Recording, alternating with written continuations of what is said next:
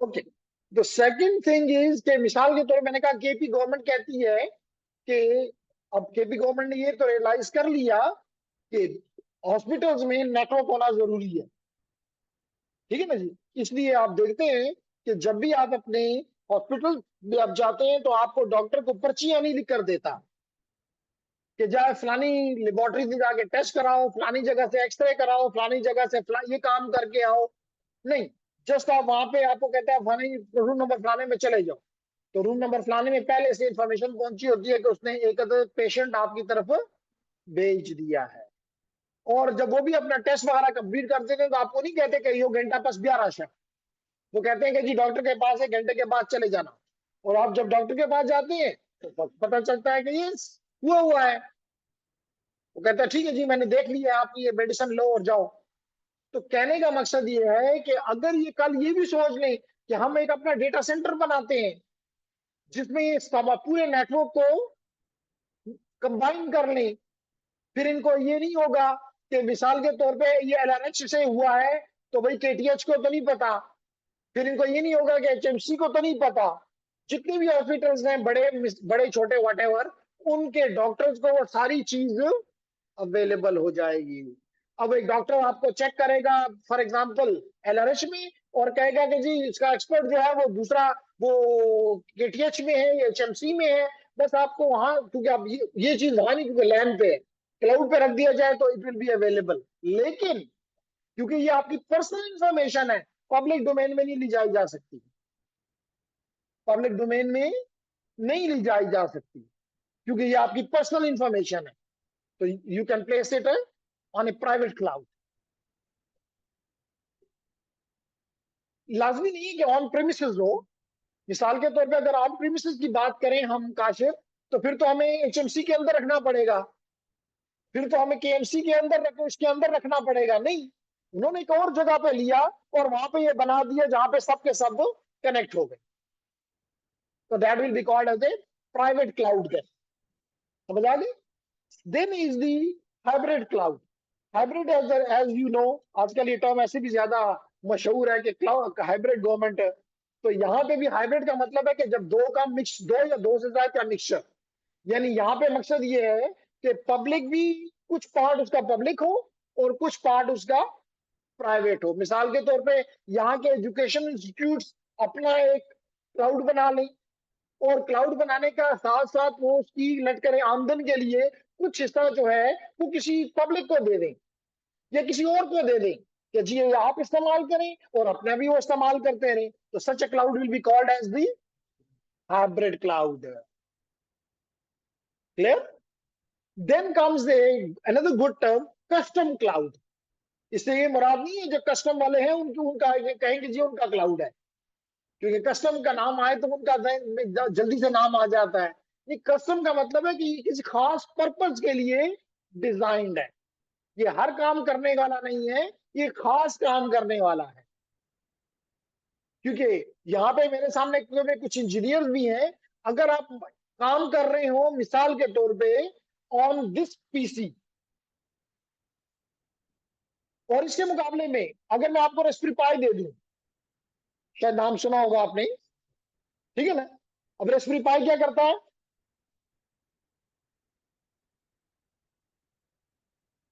तो फिर इसमें और उसमें क्या फर्क है। ये चले एक और एग्जांपल दूं, आपने सुना होगा ये डीएसपी प्रोसेसर है, तो फिर इसमें और उसमें क्या फर्क है, उसका रैम कम है।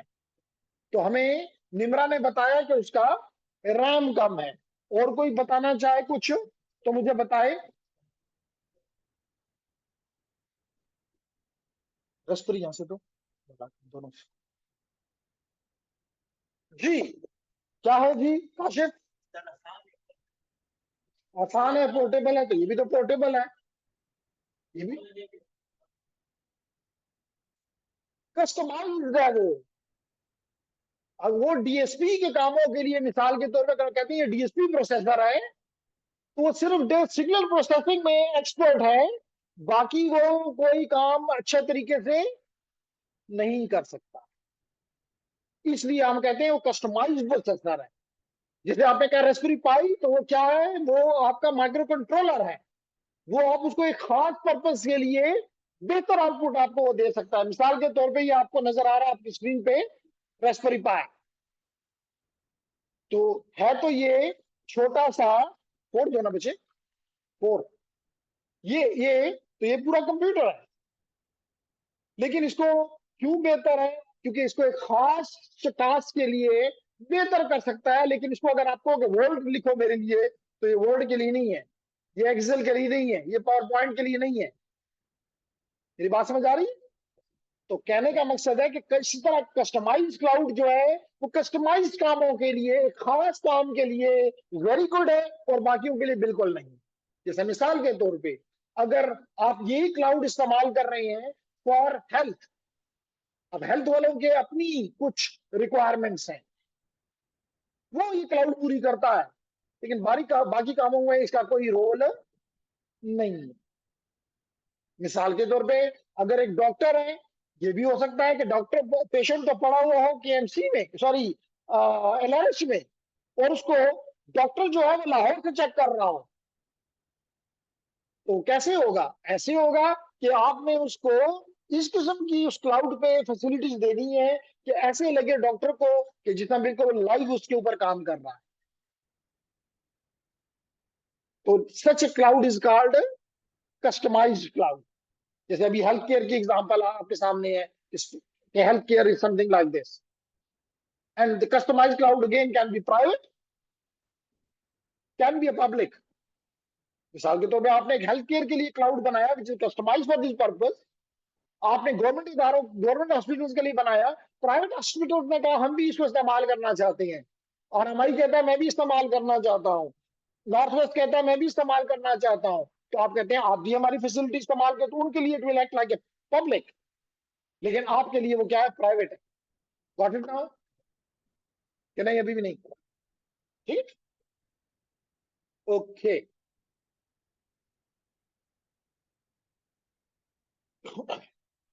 ओके, उसके बाद जिस तरफ ये इशारा कर रहा है कि technology trend in the home, यानी कि ये बात कर रहा है स्मार्ट होम की, ये बात कर रहा है अबाउट दी आईओटीज की। तो ये भी एक इस वक्त एक रिसेंट टेक्नोलॉजिकल ट्रेंड है। और ट्रेंड की अगर कामयाबी के लिए आप दुआ करें, लेकिन वहशियत मुसलमान सिर्फ दुआओं पे काम नहीं चलेगा, दवा भी करनी पड़ती है। ठीक है ना? मतलब हम मौलवी से कलवा देते हैं कि या अल्लाह रूस को तबाह कर दो, या अल्लाह इसराइल को तबाह कर दो। यार वो तो तबाह नहीं हो रहे, वो तो दिन ब दिन तरक्की कर रहे हैं। तुम्हारी दुआएं तो उनके लिए दुआएं बन रही हैं, क्योंकि पीछे दवा नहीं है। कल जब आपने उनको अपना गुलाम बनाया, तो दुआ से ज्यादा दवा ने काम किया था, आपने तलवार उठाई थी। तो कहने का मकसद ये कि यहाँ पे की क्या क्या दवा चाहिए, यहाँ पे आपको आईओटीज के ऊपर। तो अगेन मैं आपको ये चीजें इसलिए एक्सप्लेन ज्यादा करता हूं कि आपने इसको एज ए कोर्स नहीं लेना। ये कोर्स के अलावा ये आपके लिए काउंसलिंग का एक पीरियड है, ताकि आपको पता चले कि जी अगले 5 साल में क्या होने वाला है। ताकि मैं ये नहीं कहता कि, याद रखो एक चीज और, प्रोफेशन में ये करके कभी, क्योंकि मेरे पास कई स्टूडेंट्स आते हैं, सर हमने साइबर सिक्योरिटी करनी है, हमने एथिकल हैकिंग करनी है, हमने बिग बाउंटी करनी है, बग बाउंटी करनी है। मैं उन्हें कहता हूँ क्यों? सर जी बड़ी हॉट है। यार ये कौन सा जवाब है कि बड़ी हॉट है? आपका माइंड सेट उसके लिए है, तो फिर वो चीज आपके लिए गुड है। लेकिन अगर आपका माइंड सेट उस तरह का नहीं है, तो आपके लिए वो, मतलब मिसाल दो, पुलिस की जॉब बड़ी लुक्रेटिव है, हर कोई आपसे डरता है, जिसको मर्जी आप उठा लो, कोई कुछ नहीं कह सकता। लेकिन उसके लिए आपका माइंड सेट भी तो उस तरह का होना चाहिए ना, कि आप किसी को उठा रहे हो तो आपका दिल अंदर से ना बोले कि मैं गलत काम कर रहा हूं। लेकिन अगर आपका दिल जो है गलत काम करते हुए आपके हाथ कांप रहे हो कि जी मैं किसी के घर पे बगैर इजाजत के या बगैर वारंट के कैसे एंटर हो रहा हूं, तो फिर तो आप पुलिसमैन नहीं बन सकते। तो again just to show you कि जी आपने अपने आप को देखना है कि भाई मैंने ये चीज अच्छी तो है, लेकिन क्या मेरा माइंडसेट भी इसके लिए तैयार है? अगर है तो वेरी नाइस, और अगर नहीं है तो फिर कोई और रास्ता ढूंढो। तो इसी तरह इस वक्त लेडीज एंड जेंटलमैन, शायद आपको पता होगा कि दुनिया में 8 बिलियन लोग हैं। आधार तकरीबन पिछले साल नवंबर में, अक्टूबर नवंबर में 8 बिलियन, 8 अरब। लेकिन डिवाइसेस जो इस वक्त हमारे पास अवेलेबल हैं वो तकरीबन कोई 21 बिलियन से ज्यादा हैं। यानी कि तकरीबन कोई 1:3 उसमें जा रहा है। लेकिन एक्सपेक्टेड ये है कि इस डिकेड के आखिर तक ये तादाद 50 बिलियन को क्रॉस करेगा। आप कहेंगे वो कैसे? Because of the IoTs. इसलिए बाजू का तो आप इसको कहते हैं इंटरनेट ऑफ थिंग्स, बाजू के लिटरेचर में आप इसको पढ़ते हैं internet of everything, आईओईटी।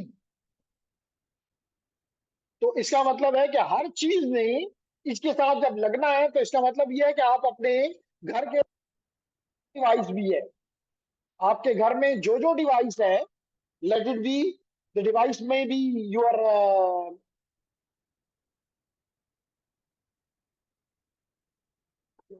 laptop, your refrigerators, air conditioners, even बच्चों के डैड, जो भी है, dad will be connected to the internet. तो इसमें क्या चीज अब जरूरी है? इसका हार्डवेयर कौन बनाएगा? आप जैसे लोग। इसको इंस्टॉल कौन करेगा? आप जैसे लोग। इसको कॉन्फ़िगर कौन करेगा? आप जैसे लोग। इसको ट्रबल शूट कौन करेगा? आप जैसे लोग। और फिर भी कोई कहे, और इसको सिक्योर कौन करेगा सबसे बढ़ के? वो भी आप जैसे लोग। क्योंकि यहां पे सिक्योरिटी बड़ी मुश्किल है। आप कहेंगे वो क्यों मुश्किल है? इसलिए मुश्किल है कि ये चीप डिवाइसेस हैं, और चीप डिवाइस के ऊपर आप हाई एंड के सॉफ्टवेयर, एल्गोरिथम्स, प्रोटोकॉल्स नहीं चला सकते। मतलब शायद 2 दिन पहले मैं इनको एक लैब यहाँ पे करवा रहा था, तो मुझे चेक करके पता चला कि मैं तकरीबन 22 GB की रैम इस्तेमाल कर रहा हूँ। तो कौन सा आईओटी है जो मुझे 22 GB की रैम देगा? नामुमकिन। तो then you have to be, आपने ये भी नहीं कह सकते कि मैं इसकी तो मैं वो करता ही नहीं हूँ, सिक्योरिटी तो देता ही नहीं हूँ। क्यों? क्योंकि ये तो चीप डिवाइस है। और भाई वो चीप डिवाइस तो है, लेकिन वो तुम्हारे नेटवर्क के अंदर है। जैसे आपके घर के अंदर एक बच्चा हो या कोई भी हो और वो बेकारा हो तो आपके लिए दर्दसर होता है।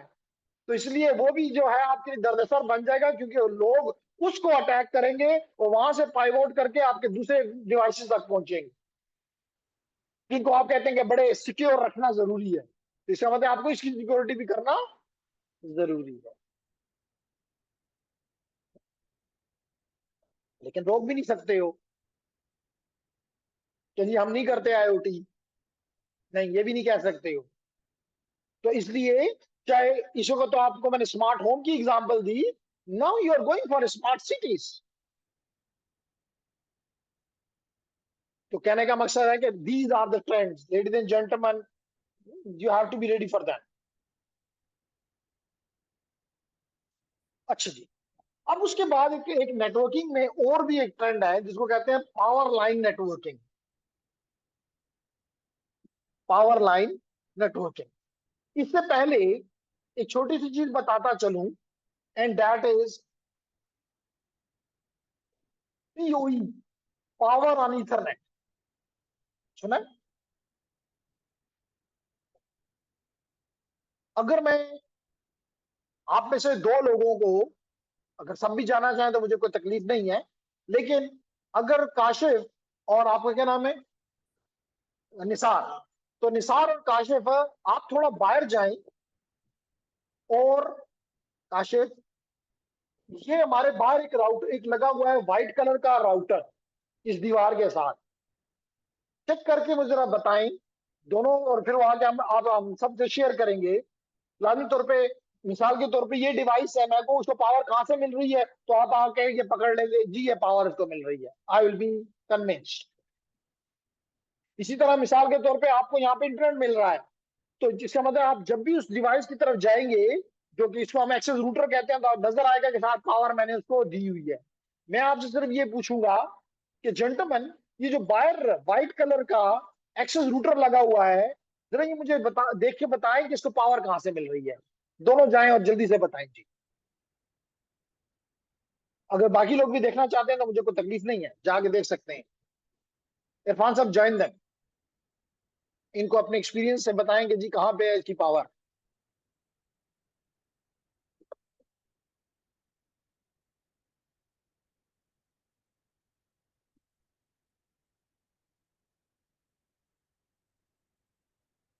टाइप सी की केबल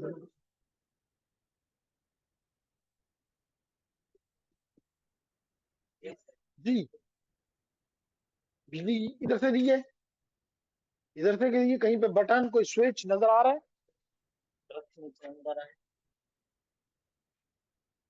आ जाओ इधर, आ जाओ इधर, आ जाओ, बस एक तार गई हुई है, बस वो नजर आ रही है मुझे।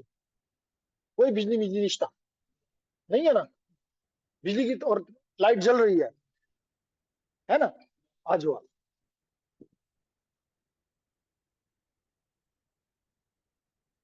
तो जेंटलमैन, हमारे आपके तीन दोस्तों ने जाके देखा कि बाहर एक्सेस रूटर लगा हुआ है, और उस एक्सेस रूटर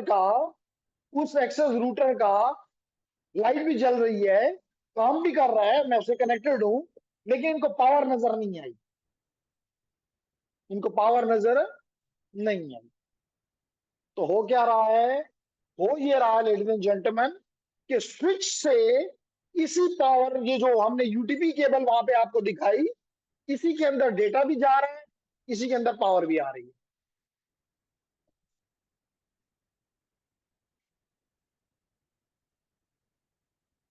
जवाब मिला? इसको कहते हैं पावर ऑन इथरनेट। क्या कहते हैं? कि आपने इथरनेट केबल पे ही पावर भी भेजना शुरू कर दी।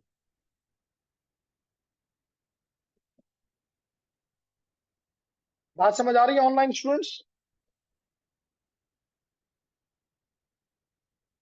अब जमाना ये है कि आप इथरनेट स्विच नहीं, ये इथरनेट स्विच है फॉर एग्जांपल। एक मिनट जी, आपको देखता हूं कि क्या आपने लिखा है ऑनलाइन। तो लेडीज एंड जेंटलमैन, अगर ये आपका स्विच है, इस स्विच से जो केबल आ रही है, जो कि एक यूटीपी है, अनशील्डेड ट्विस्टेड पेयर केबल है, इस अनशील्डेड ट्विस्टेड पेयर केबल से ये आपका डिवाइस लगा हुआ है। तो इसी के इस स्विच से, इस ईथरनेट स्विच से आपको डेटा भी मिल रहा है और पावर भी यहां से मिल रही है, एक ही तार पे, कोई दूसरी तार साथ नहीं है। ठीक है। अब इसी चीज को लेडीज एंड जेंटलमैन एक नए नाम से या एक नए तरीके से वो किया गया, जिसको कहते हैं पावर लाइन नेटवर्किंग। क्या मतलब? मतलब यह है कि आपके घर में बिजली की वायरिंग तो हुई हुई है, और वो भी आज के दौर में आपको, क्योंकि बिजली एक्सपेंसिव है, तो आपकी ख्वाहिश ये होती है कि आप वो केबल इस्तेमाल करें जिसकी कॉपर क्वालिटी अच्छी हो, कि लॉसेस कम हो। इसका मतलब है कि जो तार आपको ये नजर आ रही है ब्लू कलर की, तकरीबन इस तरह की तार आपके दीवारों में पड़ी हुई है already, which is carrying electricity, carrying electricity. And you know again that this is the electricity is either at 50 hertz or 60 hertz. In Pakistan, it is 50 hertz.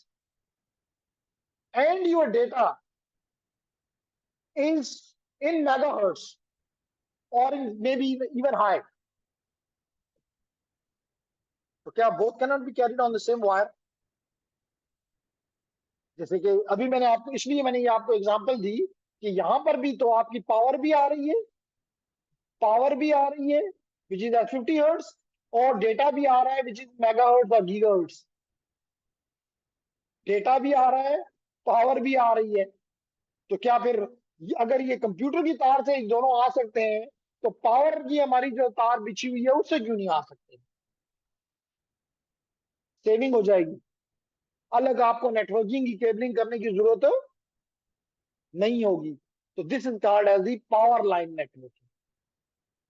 Power line networking can allow devices to connect to the LAN where data network cables or wireless communications are not viable options। यानी क्या, अगर वहां पे गए आप, अगर आप wifi कर सकते हैं तो फिर शायद आपको जरूरत नहीं है।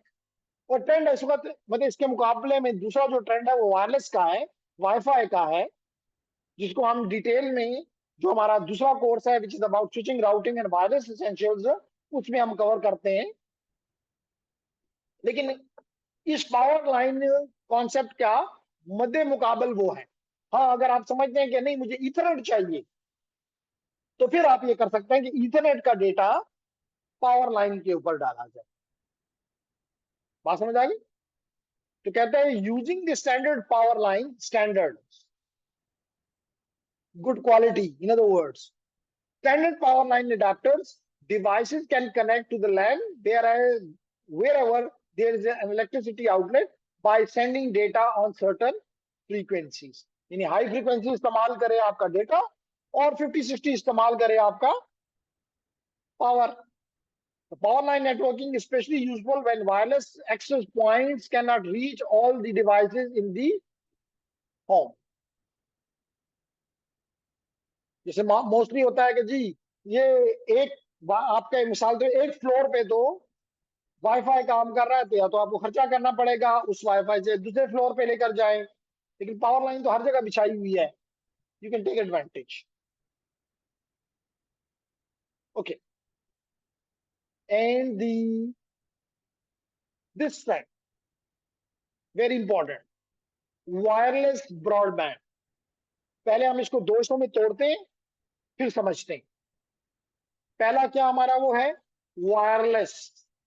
सबको पता है कि वायरलेस का मतलब है जहां तार, मिसाल के तौर पे बताने की जरूरत तो नहीं है लेकिन फिर भी, फॉर एग्जाम्पल अगर मैं ये कहूं कि मेरी ये मोबाइल मोबाइल मोबाइल नेटवर्क से भी कनेक्टेड है, वाईफाई से भी कनेक्टेड है, तो कोई तार है नहीं है। जब तार नहीं है तो इसका मतलब ये वायरलेस है। तो ये बात तो हमें पहले से पता है। अब सवाल ये पैदा होता है कि ये ब्रॉडबैंड क्या बला है।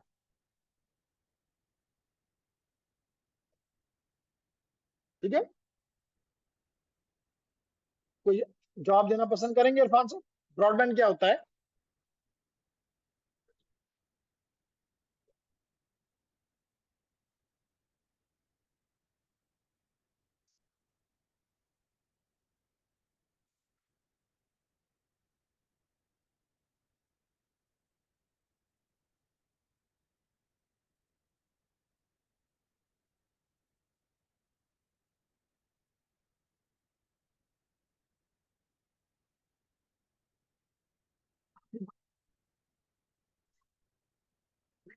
साइंस में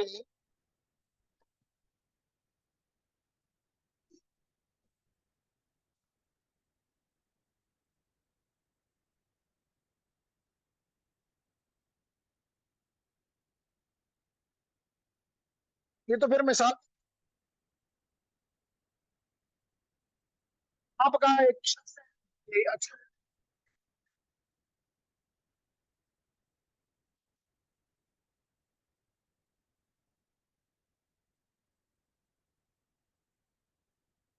तीनों कह रहे हैं।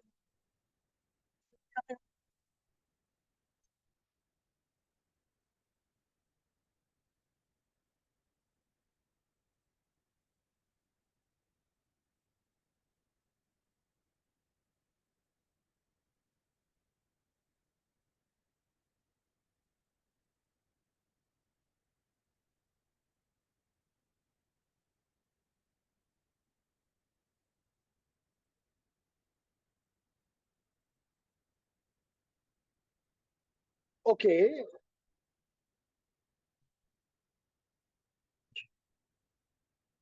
जी बिल्कुल,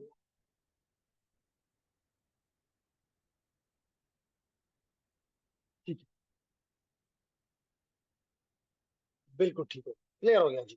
तो Bashir, is it the voice quality good now?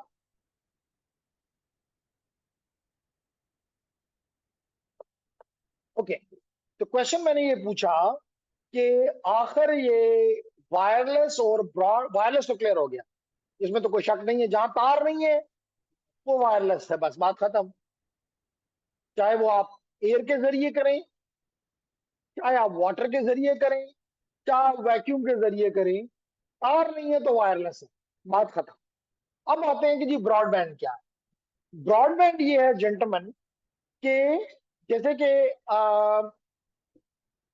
Irfan साहब ने उसको बैंडविड्थ के साथ जोड़ने की कोशिश की, मैं उसको कैपेसिटी के साथ जोड़ने की कोशिश करूंगा। और अच्छा इंजीनियर वो है जो कि कम ब्रॉडबैंड से ज्यादा कैपेसिटी जनरेट करे। तो इसलिए इसको ब्रॉडबैंड से जोड़ने की, सॉरी, इसको बैंडविड्थ के साथ जोड़ने की बजाय कैपेसिटी के साथ जोड़े, कि जो बैंडविड्थ चाहे कम हो, अगर आप ज्यादा बैंडविड्थ देके और ज्यादा कैपेसिटी हासिल कर रहे हैं तो प्रॉब्ली यू आर वेस्टिंग। ऐसा ही है ना। तो बाय यूजिंग लेस, इवन का लफ्ज इस्तेमाल करना, even less bandwidth, you are able to attain a specific capacity or more than that, you will be called that you are on a broadband. बात समझ आ रही। अब क्या है वो चीज, पहले वक्त कुछ साल पहले, 20 years बैक अप्रोक्सीमेटली और इवन मोर, हमारे पास जो टर्म थी कि data was on 56K, 56 kilobit per second. Now kilobit per second is not the bandwidth, is the capacity, is the speed. तो नॉर्मली लोग इन दोनों चीजों को कंबाइन करके बोल जाते हैं, लेकिन लेमैन तो उनकी बात मान लेता है, लेकिन टेक्निकल बंदा कहता है नहीं, थोड़ा हिलजुल गए हो। तो आपने हर्ट्स को नहीं, बिट्स पर सेकंड को देखना है। इफ योर बिट पर second is more than 56 kilobit per second, any technology which give you more than 56 kilobit per second, that will be called as broadband. अब बात समझ आ गई। जैसे एक वक्त में जो नॉर्मल हमारा PSTN था, उसके बाद एक टेक्नोलॉजी आई थी by the name, probably you may have heard, ISDN, integrated subscriber digital network. अब तो अच्छी टेक्नोलॉजी थी, लेकिन बाज टेक्नोलॉजी वो कहते हैं कि टेक्नोलॉजी तो अच्छी थी लेकिन रॉन्ग टाइम पे थी। उस वक्त लोगों का ट्रेंड नहीं था कि ज्यादा क्या 56 हो या 1 2, उसके में आपको अप टू 128 किलो मिलता था, तो डबल से भी ज्यादा था। तो कहा गया ये भी ब्रॉडबैंड टेक्नोलॉजी है, अदो वायर्ड थी, लेकिन लोगों में शऊर नहीं था, लोगों में जरूरत नहीं थी, इसलिए वो टेक्नोलॉजी कोई बड़ा बूम नहीं क्रिएट कर सकी। यही बात समझ आ रही। तो हर वो टेक्नोलॉजी, मिसाल के तौर पर DSL है, तो DSL को आप क्यों कहते हैं ब्रॉडबैंड? क्योंकि आपको 10 मेगा 56K से बहुत ऊपर है, तो you call it a broadband. इस तरह बात होगा तो आपने देखा होगा PTCL वाले कहते हैं PTCL ब्रॉडबैंड। क्यों कहते हैं? Because they are providing you the इधर DSL which is broadband, they are providing you the PON, passive optical network, which is in gigs, broadband. Then in Makaji we provide you GPON, which is again इसी तरह, if you they give you the GPRS more than 56K, if they are giving H, that is around 384 kilobit per second. If they are giving you UMTS, 2 megabit per second. If they give you the LTE, 10 megabit per second. If they give you LTE-A, it might be up to 100 megabit per second. All are coming into the broadband. अभी नहीं clear? Nimra नहीं clear? Khadija किधर है? Clear है कि नहीं है खतीजा? क्या खती high bandwidth data transmission, who has written this? Hasan. Hasan, मैंने अभी क्लियर किया कि इसको बैंडविड्थ के साथ मत तोलें। अगर बैंडविड्थ ज्यादा कर रहे हो तो आप क्या कहना चाह रहे हो? तो जो ज्यादा खर्चा करे वो अमीर है। हम कहते हैं नहीं, ज्यादा खर्चा करे वो अमीर नहीं है, जो ज्यादा बचाए वो अमीर है। ठीक है हसन? तो बैंडविड्थ मत कहें आप, मैं ये कहता हूं जो ज्यादा कैपेसिटी दे वो बैंडविड्थ, वो ब्रॉडबैंड है। तो इसलिए मैंने इसको एक्सप्लेन करने की कोशिश की कि मिसाल के तौर पे ये जो आपका GPRS था और एज था, they are using the same spectrum,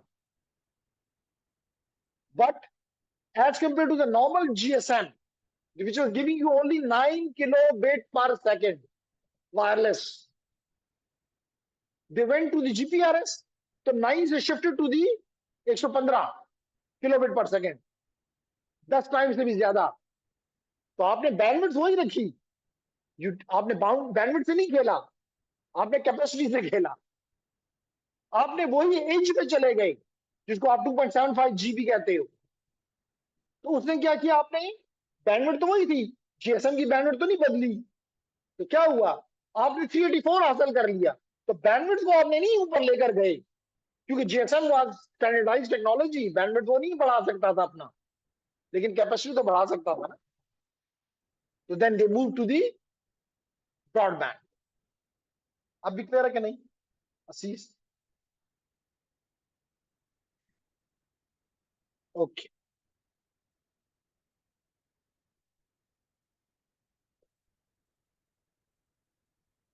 पहले मैं 2-3 क्वेश्चन ये ले लूं मैसेजेस, और फिर काशिफ आपके सवाल को लेता हूं। हसन ने यस लिखा सिर्फ, और खतीजा भी यस कह रही है। Sir kindly repeat LT. Okay, तो जनाब हसन अपना क्वेश्चन थोड़ी देर के लिए संभालें, मैं उस पर जवाब देता हूं। काशिफ का सवाल ये है कि आखिर ये बैंडविड्थ और कैपेसिटी क्या है, फर्क क्या है? जनाब, जो कंप्यूटर साइंस के लोग हैं उनके लिए दोनों एक ही है, लेकिन because I am an engineer, because I am electric engineer, because I am a telecom engineer. That's the reason I say no, gentlemen, they are not the same. Why? Because how you measure them. मेरा उनसे question ये है, how you measure them. मैं एक तरफ लिख देता हूँ बैंडविड्थ और दूसरी तरफ लिख देता हूँ कैपेसिटी। मैं कहता हूँ how you measure them. अगर ये सेम है तो कह दो they are measured similarly, कम से कम मैं भी सेटिस्फाई हो जाऊंगा। आप कहते हो नहीं जी, bandwidth is measured in hertz और capacity is measured in bits per second। फिर मैं कहता हूँ ये कैसे सेम हो गई? तो मेरा सवाल जेन्युइन बन जाता है कि जब आप इनको तो मुख्तलिफ चीज में हो, यूनिट डिफरेंट है, इसका मतलब इनके डायमेंशन डिफरेंट है। यूनिट किस चीज में बनता है? डायमेंशन से। जब इनके डायमेंशन डिफरेंट है तो how they can be same? फिर मुझे पता चलता है कि जब ये हर्ट्स है तो they are the cycles per second, they are the cycles per second. ये तो साइकिल पर सेकेंड नहीं है, ये तो बिट पर सेकेंड है। तो दे नॉट, फर्दर पता चलता है कि they are not the same. अब ये क्यों उसको सेम ट्रीट कर लेता है कंप्यूटर साइंस का बंदा? क्योंकि these are the vehicles which are carrying these people.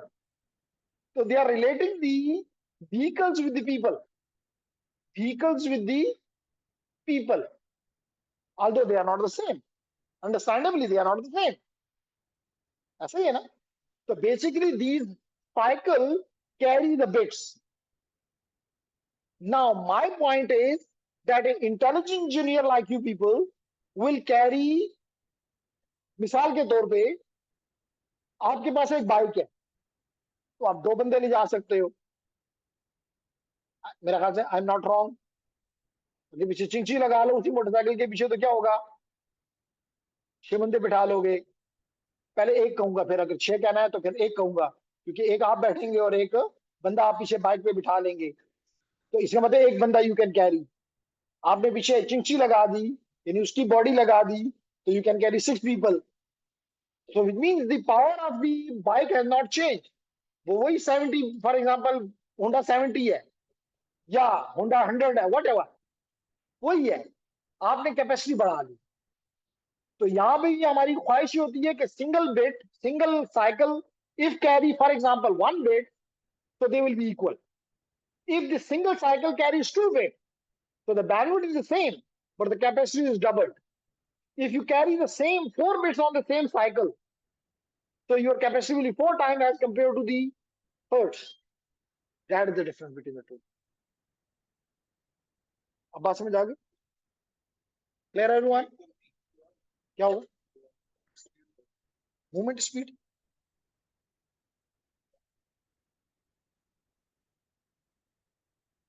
यहाँ स्पीड से मुराद ही होती है नंबर ऑफ, स्पीड से मुराद होती है number of bits that is carrying पर सेकेंड। तो वो क्या हो गए? ज्यादा हो गए हैं, कैपेसिटी हैज इंक्रीज्ड। पहले आप एक मोटरसाइकिल को मिसाल के तौर पे यहाँ से, सॉरी, मैं अगर एक बंदे को यहाँ से बिठाता था, लेट इट बी, और एग्रीकल्चर यूनिवर्सिटी तक पहुंचाता था, तो मोटरसाइकिल तो मेरा लेट करें 5 मिनट लेता है। मैं अब 6 बंदे बिठा के उसी 5 मिनट में वहां पहुंचा देता हूं, तो मेरी ले जाने की ताकत 6 गुना बढ़ गई, तो मेरी कैपेसिटी 6 टाइम इंक्रीज हो गई। दैट इज बेसिक इंजीनियर,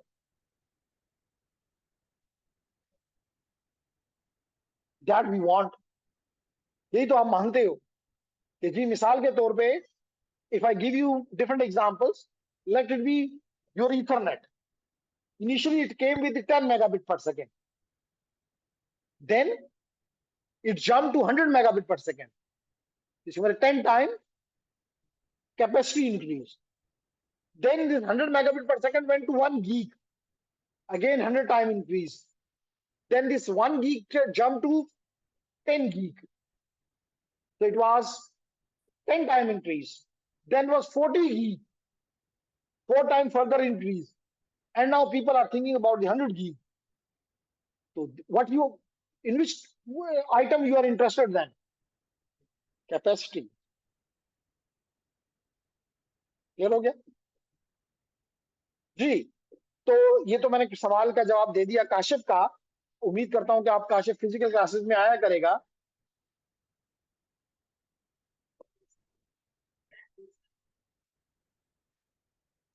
लेकिन बैंडविड्थ जो है, I agree with you. Question आपने ये किया कि बैंडविड्थ इंक्रीज कर लो, स्पेशली वायरलेस में कर नहीं सकते हो क्योंकि स्टैंडर्डाइज होता है। आप ये नहीं कर सकते हो। मिसाल के तौर पे आप जीएसएम की एग्जांपल ले लो, 35 GB 35 मेगाबाइट्स की जगह है, और उसमें भी कम से कम 4 कंपनियां हैं। क्या करोगे? उनके बैंडविड्थ में जाके तो ट्रांसमिट करोगे? छोड़ेंगे आपको? नेवर। आपका इक्विपमेंट जो बन रहा है, मिसाल चले मैं ये भी मान लेता हूं कि आप बहुत ताकतवर हैं, वो नहीं कहूंगा, बस ताकतवर कहूंगा। आप कहते हैं कि जी मैं डबल फ्रीक्वेंसी इस्तेमाल करता हूं, आपके डिवाइसेस जो है वो डबल इस्तेमाल करने के काबिल नहीं है, तो नहीं कर सकते। क्यों जी इरफान सर, ये कर लेंगे वो भी?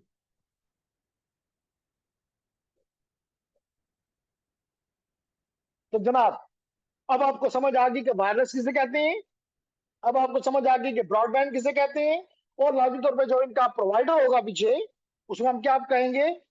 लाजमी तौर पे आम नेटवर्क में जो हमारा प्रोवाइडर होता है हम उसे कहते हैं आईएसपी, इंटरनेट सर्विस प्रोवाइडर, ये कहते हैं ना। यहाँ पे क्योंकि वायरलेस हमें दे रहा है।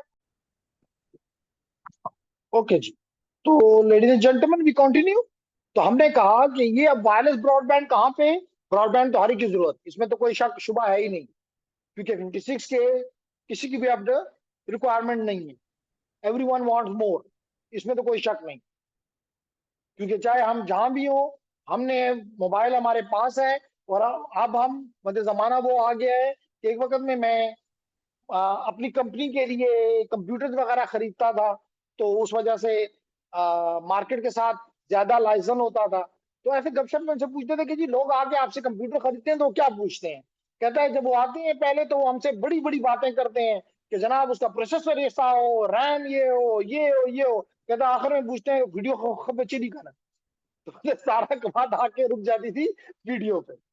आज के दौर में आप जब भी अपनी मोबाइल खरीदने जाते हैं तो आपका मेन वो होता है कैमरे को खुद ही करना, क्योंकि आपने क्या करना होता है?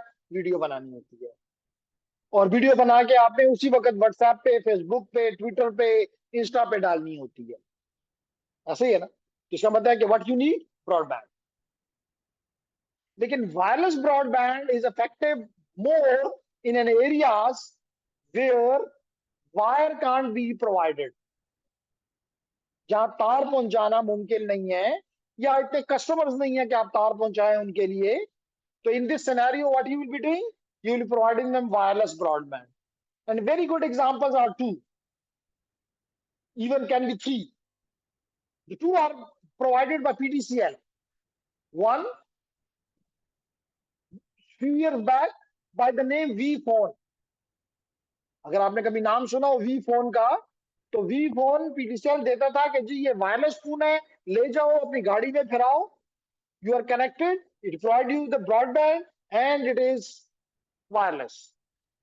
And even today, evo provided by ptcl, again it is wireless broadband. और इससे पहले वतीन ने प्रोवाइड किया था पाकिस्तान में WiMAX, it was an again an example of wireless broadband.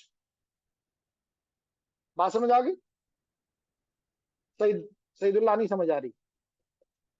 समझ आ रही है? जी Nisar sahab, Daniyal. Then is the question, मुझसे ये पूछा गया फिजिकल ऑनलाइन स्टूडेंट ने, ये एलटीई क्या है? जेंटलमैन, आपके जो मोबाइल नेटवर्क्स हैं, आपके जो मोबाइल नेटवर्क्स हैं, इनकी डिफरेंट जनरेशन, इनकी different generation, starting with 1G, then 2G, इसके अंदर छोटी भी है 2.5 2.75, मैं उसमें नहीं जा रहा, 3G and 4G, and very near future में it might be 5G।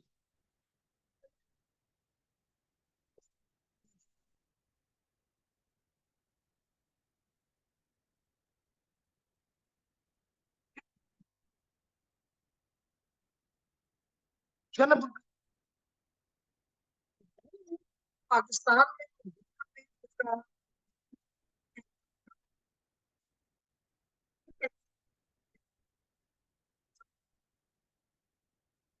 advanced mobile phone system, no more there. It was an analog phone, analog system, no more there.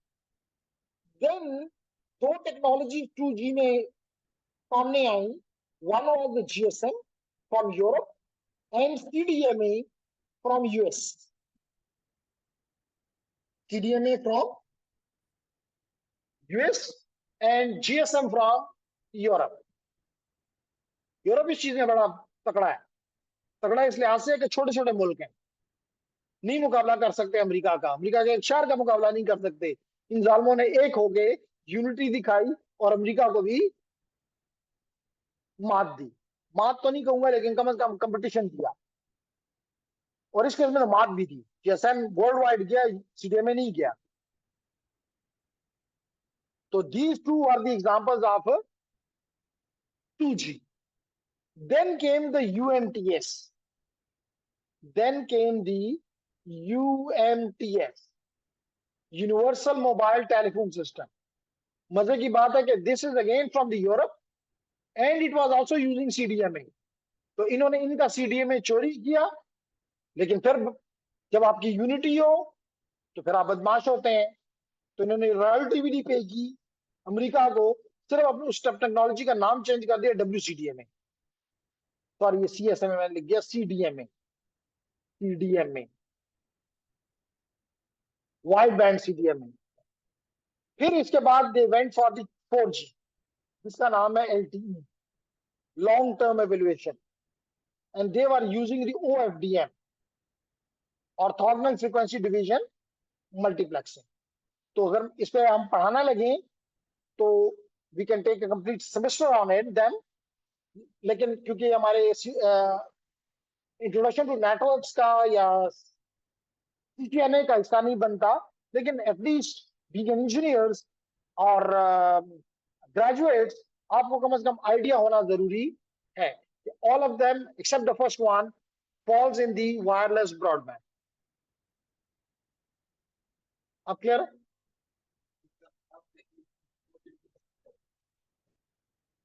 हुआ ये था कि इसको पहले उन्होंने 4G कहा, लेकिन 4G के लिए रिक्वायरमेंट ये थी कि 100 मेगाबिट पर सेकंड देगा, ये LTE नहीं देता था। तो बाद लोगों ने इसको फिर 4G की बजाय 3.9G कहना शुरू कर दिया, and then came for 4G LTE-A। ठीक है? So this is something about the evolution of mobile networks. Clear हो गया? आगे बढ़ते हैं जी। फिर मेरा पसंदीदा टॉपिक, और शायद आप में से भी कई लोगों का पसंदीदा टॉपिक होगा, and that is about the network security. Network security क्यों इंपॉर्टेंट है? क्योंकि मैंने आपसे कहा कि बाज़ औक़ात होता है ना कि बेटा जो है, सॉरी, बाप जो है, अगर वो किसी भी इदारे में लटकर सुपरिटेंडेंट है, तो बेटा जो होता है वो डायरेक्टर बन जाता है या असिस्टेंट डायरेक्टर बन जाता है उसी डिपार्टमेंट में। तो मैं समझता हूं कि नेटवर्क सिक्योरिटी भी है, तो उसका बाप जो है वो नेटवर्किंग, लेकिन ये अपने बाप से भी ज्यादा ताकत पकड़ चुका है। क्योंकि अगर नेटवर्क में सिक्योरिटी ना हो तो वो नेटवर्क ही आप तस्वर करने से नहीं मानते आप। इसलिए पहले जो नेटवर्किंग के लोग होते थे उनको बिठाया जाता था एक खास ऑफिस में, और उसको कहते थे knock, network operation centre, network operation centre. अब इस सिक्योरिटी ने अपने आप को इनसे जुदा करके अलग एक डिवाइस एक वो बन गए, और नाम क्या हो गया? SOC, security operation center. यानी सिक्योरिटी के लोग यहाँ पे बैठते हैं और पूरे नेटवर्क की सिक्योरिटी को मैनेज करते हैं, मॉनिटर करते हैं, इंप्लीमेंट करते हैं।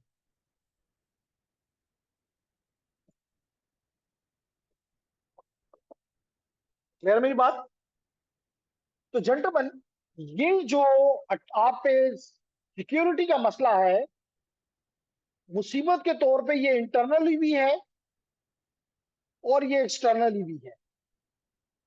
एक्सटर्नली को आप रिमोट भी कह सकते हैं, रिमोटली भी है।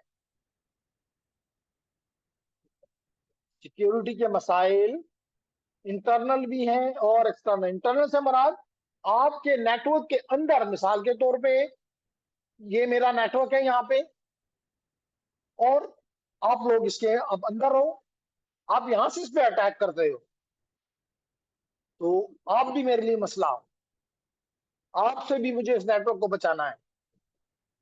और जो अपने घर में बैठा हुआ है, चाहे वो मर्दान में, चाहे वो इस्लामाबाद में है, चाहे वो कहीं भी है, मुल्क से बाहर है, वो भी मेरे नेटवर्क का दुश्मन है, उससे भी मुझे अपने नेटवर्क को बचाना है।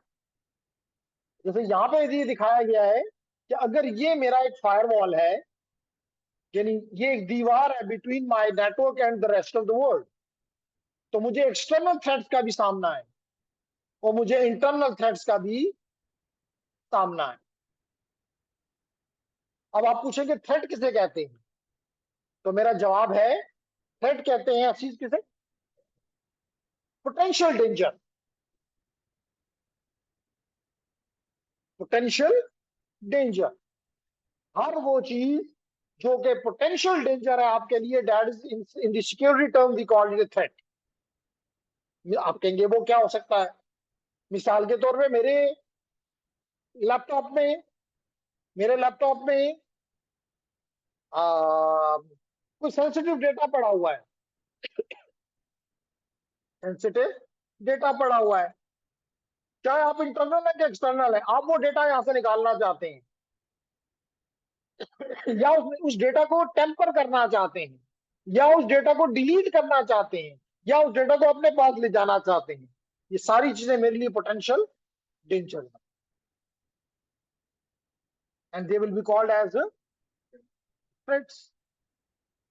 या कोई भी शख्स मेरे नेटवर्क में इंटर होके उस नेटवर्क का एडमिनिस्ट्रेटर बनना चाह रहा है, अगेन ये चीज मेरे लिए क्या है? पोटेंशियल डेंजर है। What I will be calling it?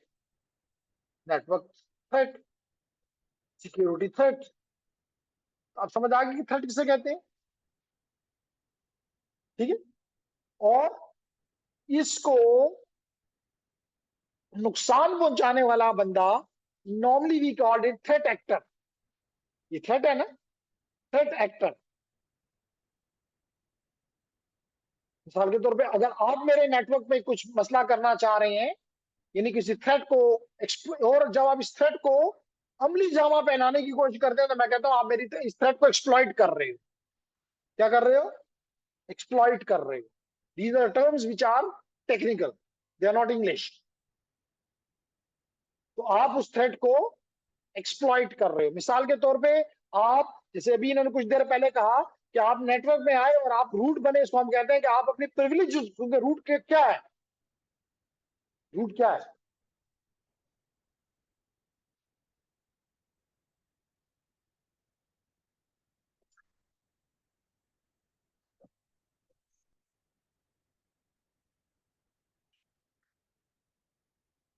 Root का मतलब होता है जो लिनक्स मशीन में एडमिन होता है उसको रूट कहते हैं, जिसको आप सुपर यूजर कहते हैं। सोलारिस में उसी को सुपर यूजर कहते थे, विंडो में उसी को एडमिनिस्ट्रेटर कहते हैं। तो रास्ता नहीं, ठीक है। तो जब मैं एक लफ्ज इस्तेमाल करूं कि जी ये रूट बनने की कोशिश कर रहा है, इसका मतलब है कि ये एडमिन बनने की कोशिश कर रहा है, ये नेटवर्क को कंट्रोल करने की कोशिश कर रहा है। इसका मतलब है कि ये अपनी हैसियत को बढ़ाने की कोशिश कर रहा है। इसका मतलब ये अपने प्रिविलेज को एक्सकेलेट करने की कोशिश कर रहा है। क्यों इरफान साहब? तो अब इसके लिए मुझे कोई ना कोई एक्सप्लॉइट इस्तेमाल करना होगा ताकि मैं कर सकूं। इसका मतलब मैं उस थ्रेट को एक्सप्लॉइट करना चाहता हूं, ठीक है। तो यहां पे तो थोड़ा सा फिर नेटवर्क सिक्योरिटी, सॉरी, जब इंटरप्राइज नेटवर्किंग में आओगे तो फिर भी थोड़ा सा, और अगर इसका पूरा कोर्स पढ़ोगे तो वो एक और दुनिया है, ठीक।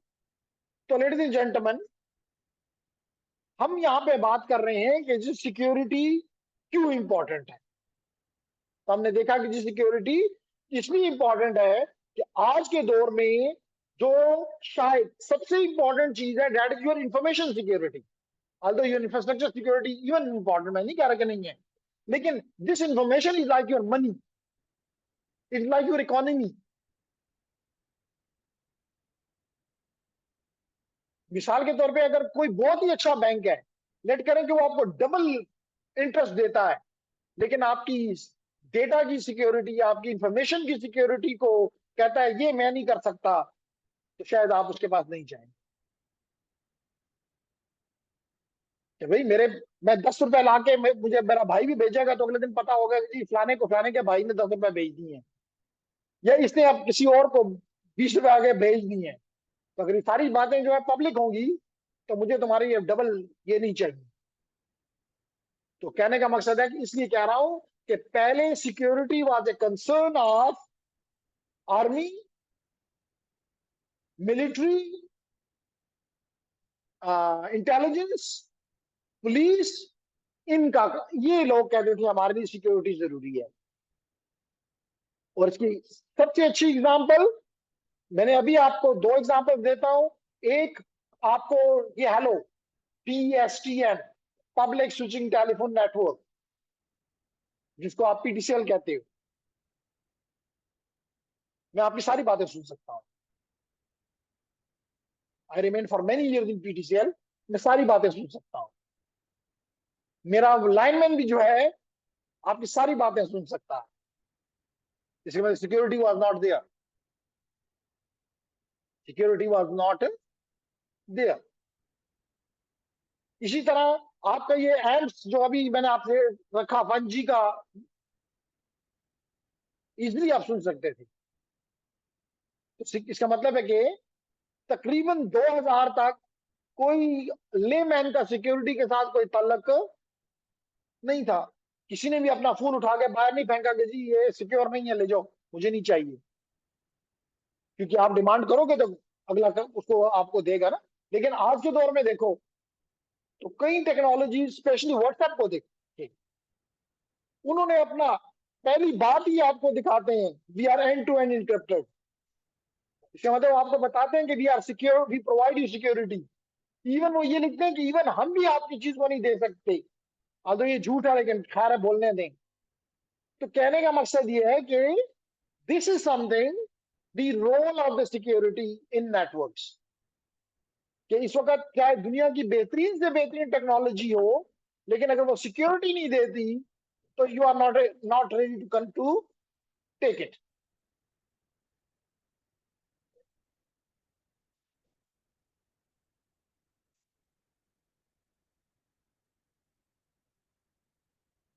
हाँ कि नहीं, गवर्नमेंट तक तो शायद नहीं देंगे, लेकिन अपने एंड पे वो ये काम कर सकते हैं। अपने आप को इसलिए नहीं देंगे कि वो गवर्नमेंट पाकिस्तान की वो नहीं है, ऐप नहीं है, तो उससे बाकी दुनिया जो है वो उनके, वो ये इसको तोड़ते हैं। तो तोड़ने पे क्या मतलब ये नहीं कि उन्होंने दे दिया है, ठीक है ना जी। नहीं, ट्रैफिक को वो आपकी ट्रैफिक को उनकी मर्जी से नहीं, उनकी इजाजत से नहीं, अपनी टेक्नोलॉजी के जोर पे तोड़ते हैं। वो तो हम 3G को भी तोड़ते हैं।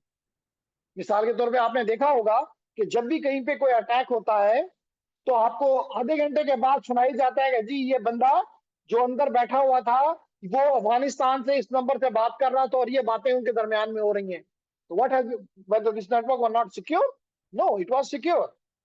But because whenever you have some technology, you have a break of this as well.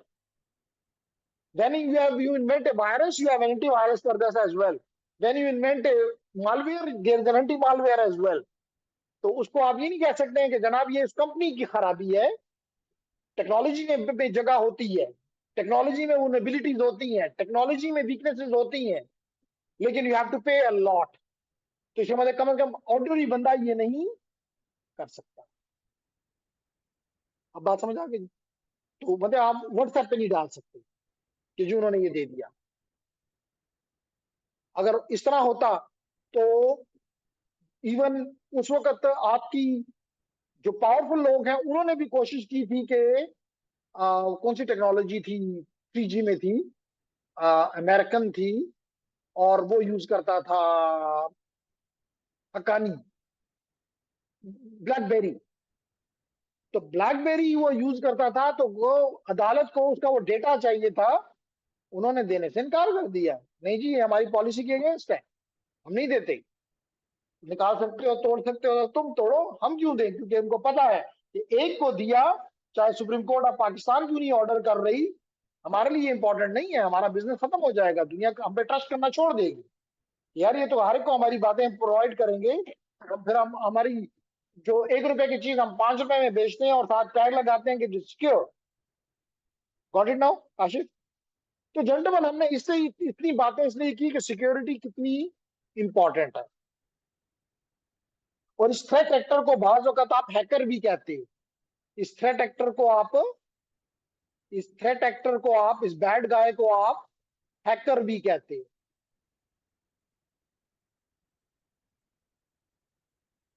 Clear? Okay.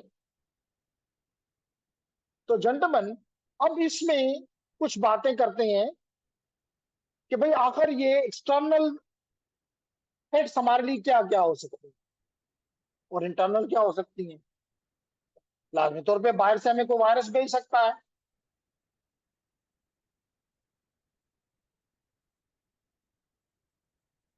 जिसको असीस हम क्या कहते हैं जब हम किसी को भेजते हैं कुछ चीज तोहफे के तौर पे देते हैं?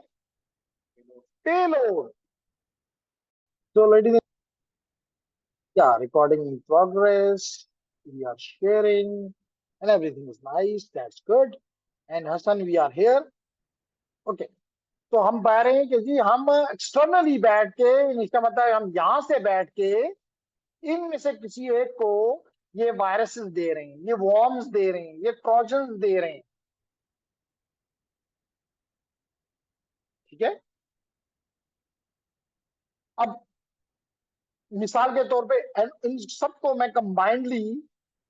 मैं कंबाइंडली मालवेयर कह सकता हूं, क्योंकि ये माल का लफ्ज लिखना है मलेशियस से और वेयर का लफ्ज निकला है सॉफ्टवेयर से, यानी कि मलेशियस सॉफ्टवेयर। तो ये all of them, whether it is a virus, it is a worm, it is a trojan horse, it is spyware, it is an adware, it is a ransomware, all of them are malwares. तो हम as a threat actor अपने target को ये चीजें दे सकते हैं। Clear?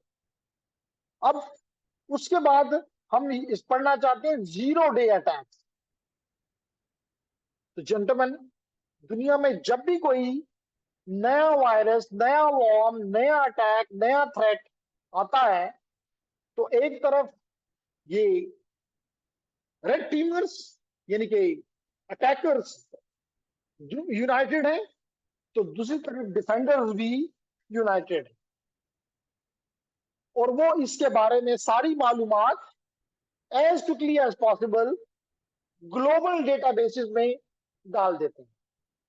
ना सिर्फ एनवीडी, लेकिन जिसने पढ़ लिया है ना इसलिए जल्दी जल्दी जवाब देता है। तो network, sorry, vulnerability databases, national vulnerability database NVD, तो उसमें ये डाल दिया जाता है ताकि आप बाकी लोग उसकी मालूमात लेकर, और बाद में उसके पैच यानी कि रुकावट के तरीके भी बता दिए जाते हैं, ताकि आप अपने आप को जल्द से जल्द सिक्योर कर लो। ठीक है, तो जेंटलमैन, लेकिन जब कोई नया अटैक आता है और दुनिया को नहीं पता होता, तो फिर वो तलवार, वो छुरी बड़ी डेंजरस होती है, क्योंकि उसका रेमेडी का किसी को पता नहीं होता, उसके आने के तरीके के बारे में किसी को पता नहीं होता, उसके नुकसानात के बारे में किसी को पता नहीं होता। उसको कहते हैं जीरो डे अटैक। यानी कि इसका मतलब है कि मिसाल के तौर पे अगर किसी के नेटवर्क को जीरो डे अटैक ने नुकसान पहुंचाया है, तो कम से कम वो अपने बॉस को कह सकता है कि जनाब मैंने तमाम प्रिकॉशंस की थी, ये तो जीरो डे अटैक था, इसकी प्रिकॉशन के बारे में तो दुनिया को भी नहीं पता था, तो मैं कैसे इसको बचा लेता। तो ये ज्यादा डेंजरस होता है। लेकिन जो ही ये उन डेटा बेसिस में दुनिया उसको पहुंचा देती है, उसकी सिवियरिटी के बारे में बता दिया जाता है, तो फिर वो जीरो डे अटैक नहीं रहता। ठीक है इरफान साहब। फिर है, मैंने आपको जब बताया थ्रेट एक्टर अटैक्स, तो ऑलवेज जो अटैक करता है, मैंने बताया कि उसको क्या कहते हैं, थ्रेट एक्टर। थ्रेट किसे कहते हैं, पोटेंशियल डेंजर, यानी कि ये वो एक्टर है जो पोटेंशियल डेंजर को एक्सप्लॉइट करता है, इस्तेमाल करता है, जिसको आप नॉर्मल जुबान में आप हैकर भी कहते हो। इसी तरह ये साहब क्या कर सकता है, ये साहब यानी थ्रेट एक्टर साहब जो है, ये आपके लिए डिनाइल ऑफ सर्विस क्रिएट कर सकता है। ये ऐसा अटैक जनरेट कर सकता है कि नेटवर्क में डिनाइल आ जाए। अगर हम पूछे निमरा से कि भाई क्या डिनाइल का मतलब क्या है, तो एग्जांपल ले लेते हैं ताकि समझ आ जाए। मिसाल के तौर पे जनाब, आप अभी यहाँ पे यूनिवर्सिटी में आए क्लास लेने के लिए, अच्छी बात है, तो आपका लैपटॉप जब आपने लगाया, ये आपका लैपटॉप है, तो आपको ऑटोमेटिकली किसी सिस्टम ने आपके लैपटॉप को आईपी दे दिया। अगर ये आईपी ना होता तो you can't connect to the network. I hope you understand this. तो you got an IP address which definitely being provided by this system, and that system is called DHCP. That system is called DHCP, Dynamic Host Configuration Protocol. अब ladies and gentleman, अगर मेरी इस बात से आप agree कर रहे हैं, तो रियलिटी में इस DHCP को एज एडमिनिस्ट्रेटर मैंने कह दिया कि मिसाल के तौर पे 25 आईपीज आप लोगों को दो। कितने आईपीज दो, तो हमारे पास 25 आईपीज का पूल है, इस पूल में से लोगों को दो। नाइस, पूल में से लोगों को दो। Late it B this pool is from 192.168.10.1 से लेके 10.25 तक। ये पूल हमने इस DHCP मशीन में कॉन्फ़िगर कर दी। पहला आएगा उसको 1 दे देगा, दूसरा आएगा उसको 10.2 दे देगा, तीसरा आएगा उसको 10.3 दे देगा, आखिरी आएगा उसको 10.25 दे देगा। उसके बाद जो आखिरी आएगा उसको कुछ नहीं दे सकता, क्योंकि इसके पास को अब कुछ अब है ही नहीं देने के लिए। क्योंकि मैंने दो वजह से ये काम किया। एक, मुझे पता है कि ये मशीन 25 से ज्यादा लोगों को का लोड उठा ही नहीं सकती, तो अगर मैं इस पे 100 भी रख दूं तो इवन जो 25 है वो भी काम से निकलेंगे। तो फिर जवाब आया कि अगर यहां पे एक थ्रेट एक्टर साहब आगे बैठे, टीए बैठे, और इन 25 के 25 आईपी से एक एक करके मांगता जाए, तो शायद 1 मिनट के अंदर अंदर इसके पास ये 25 के 25 जो आईपी हैं वो नहीं रहेंगे। एग्रीड? एग्रीड? तो फिर उसके बाद अगर मिसाल तो पे यूजर 1 आया, यूजर 2 आया, यूजर 3 आया, यूजर 4 आया, इसको आईपी मिलेगा? काशिफ मिलेगा? नहीं मिलेगा। तो मशीन तो चल रही है, नेटवर्क भी चल रहा है, सिस्टम भी चल रहा है, लोग सारे ख्वार हैं, एक भी कहता है नेटवर्क नहीं मिलता। सही बोल रहे हैं, ऐसा ही है ना? तो निमरा फिर इसको क्या कहूंगा, इस अमल को क्या कहूंगा? Denial of service. क्या कहूंगा? Denial of service. System deny कर रहा है, जिस सर्विस के लिए वो बना है उसको वो डिनाई कर रहा है, कहता है निश्ता मासा। Just one example.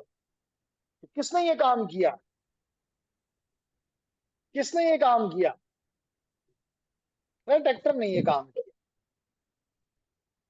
तो ये तो एक अटैक बताया, लेकिन मकसद बताने का ये था कि जी सिक्योरिटी में threat actor can do denial of service attack. This person can intercept your data, जिसको कहते हैं इट वाज ड्रॉपिंग। क्या कहते हैं?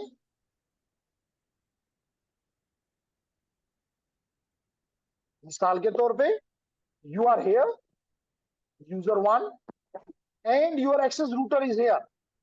Your access router is here. Technically, you feel, logically, you feel that your data is going to the access router and you are communicating something like this. Agreed? But if again the threat actor sits here, and what he's doing? What he's doing? He's taking the data from here and giving it to the access router. In response, the access router definitely will respond back to the TA, and the TA will give it to the user. What this gentleman is doing here? What this gentleman is doing here, Irfan sir? Data interception. What this gentleman is doing here? Data interception. I can call this person as a man in the middle. Man in the middle. जना लाजमी बात है, मकसद तो यही है। आपको तो यही लगता है कि मिसाल के तौर पे आप यहां से कोई ईमेल कर रहे हैं, आप यहां से बैठ के यूट्यूब देख रहे हैं, आप यहां से फेसबुक पे जा रहे हैं, तो आपको तो एज ए गुड पर्सन ये नजर फील होता है कि जी my laptop is connected to the access router, very nice, ऐसा ही होना चाहिए।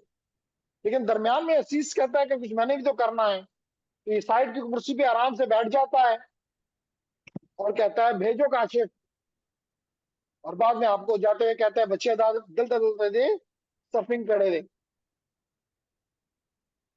So what he is doing here? He is becoming a man in the middle between you and the access router. He is becoming a man in the middle. What he is doing? He is intercepting your data. Again, what it is? It is a security threat.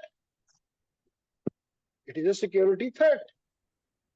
Similarly, अगर ये intercept करता है सिर्फ तो इसकी मर्जी, लेकिन अगर ये चाहे तो अपने पास इसको डाउनलोड कर ले, सेव कर ले, तो कोई पाबंदी है इस पे? तो फिर इसने क्या कर लिया? सब इंटरसेप्शन के बाद थेफ्ट भी कर दिया, चोरी भी कर लिया उस डेटा। मिसाल के तौर पे ये बंदा अपने बैंक के साथ कम्युनिकेट कर रहा था, इसने आपका यूजर नेम ज्यादा काम नहीं किया, सिर्फ आपका यूजर नेम पासवर्ड अपने पास सेव कर लिया, तो इसने क्या किया? थेफ्ट किया। Again very very dangerous something.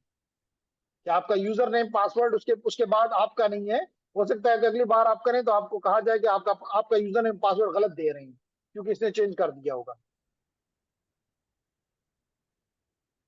ठीक है, ठीक है। Next one, identity theft. Interesting. अब जब इसने यूजर नेम पासवर्ड आपका ले लिया इरफान साहब, तो ये आपके बैंक में लॉगिन कर सकता है? बिल्कुल कर सकता है। फिर ये आपके अकाउंट से कुछ शॉपिंग कर सकता है? बिल्कुल कर सकता है। बैंक क्या समझेगा कौन का कौन ये शॉपिंग कर रहा है? इरफान साहब कर रहे हैं। इसका मतलब है कि इसने आपकी क्या कर दी है? आइडेंटिटी को थेफ्ट कर लिया है। आपकी आइडेंटिटी को थेफ्ट कर लिया है। ये चीजें इतनी डेंजरस है, इसलिए we can spend money on them. बात समझ आ रही है ना? तो these are external threats. These are external threats. Now what are the internal threats?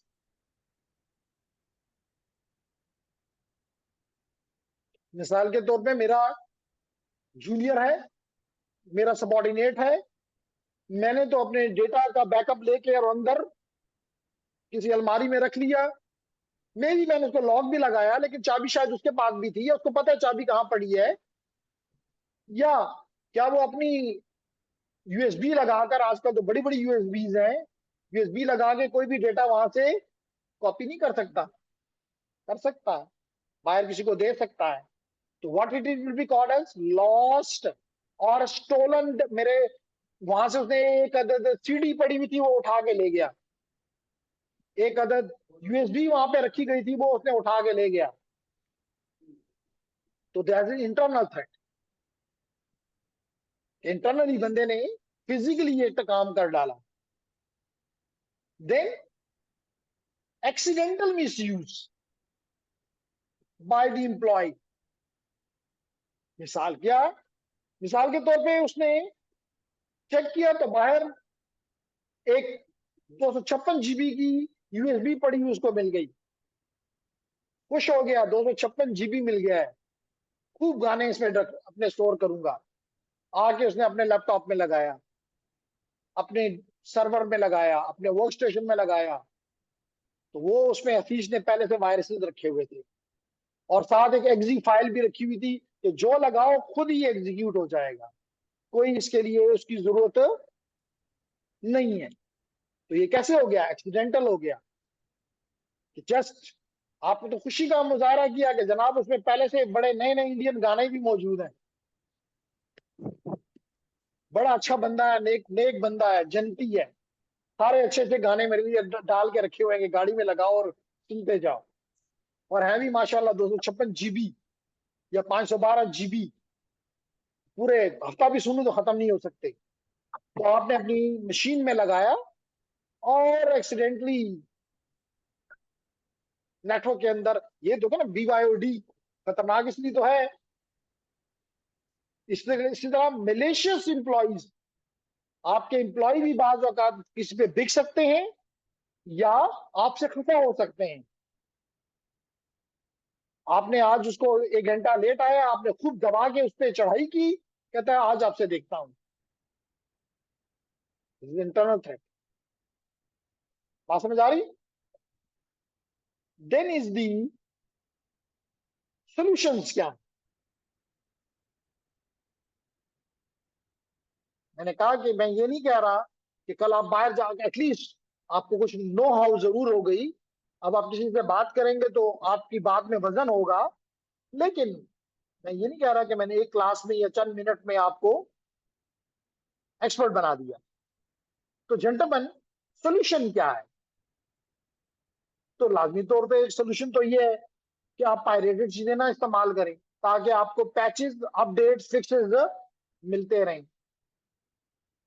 इसके अलावा आप अपडेटेड एंटीवायरसेस, अपडेटेड एंटीफायर,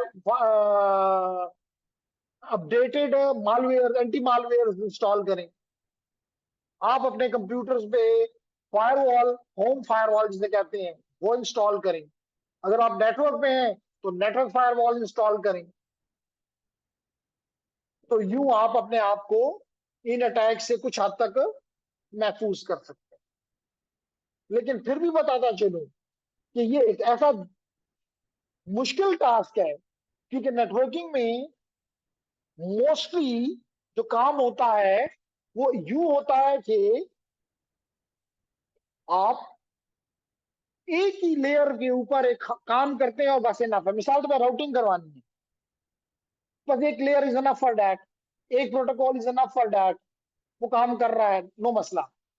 लेकिन सिक्योरिटी ऐसी चीज है कि बाजों का इसके लिए आपको मल्टी लेयर्ड आर्किटेक्चर इंप्लीमेंट करना पड़ता है।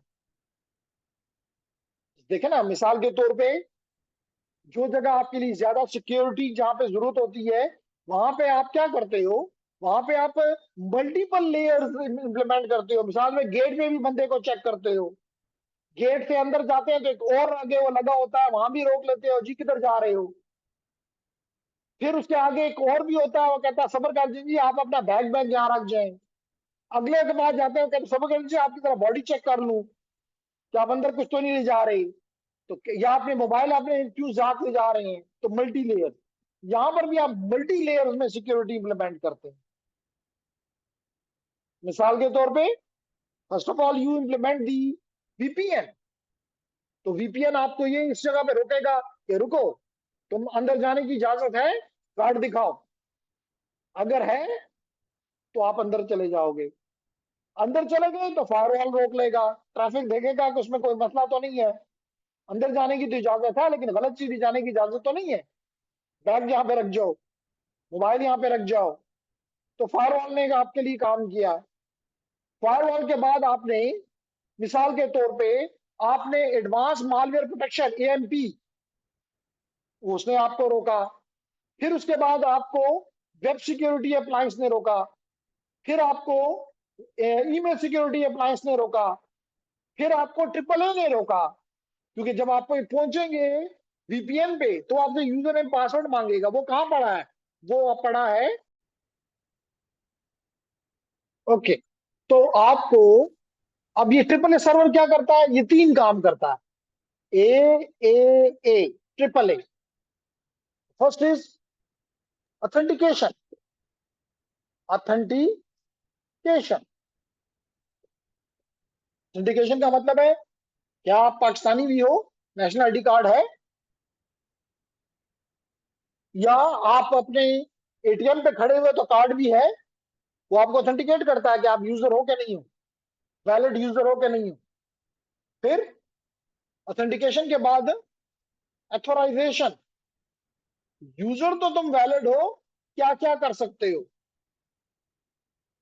मिसाल के तौर पे आपके पास भी बैंक का एटीएम कार्ड है या नेट नेट बैंकिंग है, तो क्या आपकी ताकत और बैंक के मैनेजर की ताकत है क्या?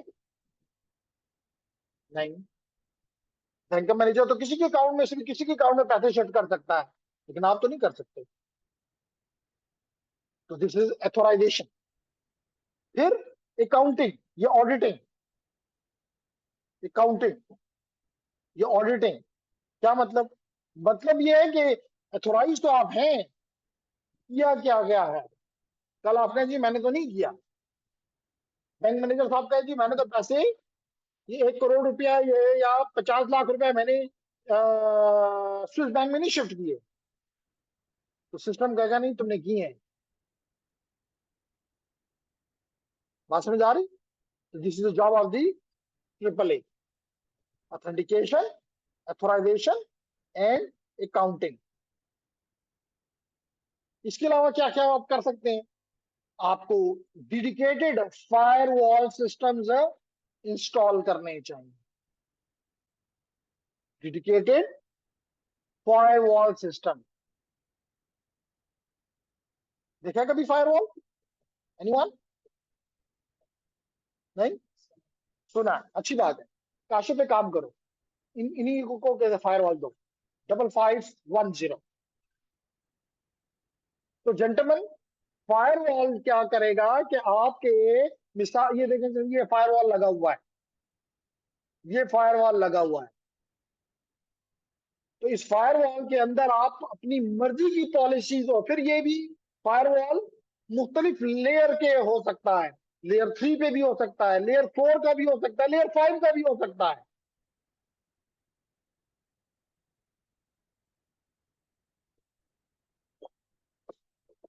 तो ये आपको क्या देता है? आपके मुताबिक के मुराद आपकी पॉलिसी के मुताबिक कौन जा सकता है, कौन आ सकता है। और इसके अंदर जो ये आप पॉलिसी बनाते हो मोस्टली इसको कहते हैं एसीएल, ईसीएल नहीं, ACL, which is access control list. So you generate an access control list, you design an access control list, you can place this ACL on your router as well, but you can place it on the firewall as well. लेकिन अब firewall पे कर दो dedicated device हो गया ना, इसलिए हमने यहाँ पे लफ्ज आपने गौर नहीं किया, डेडिकेटेड लिखा गया।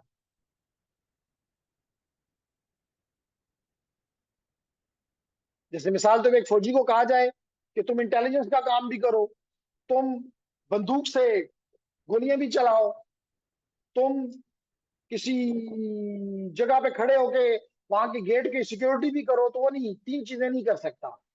वो किसी एक चीज के लिए डेडिकेट अगर कर दें उसको, तो he will be more expert.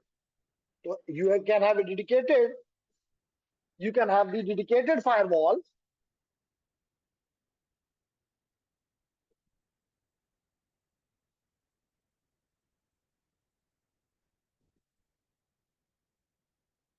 है firewall 5510 ये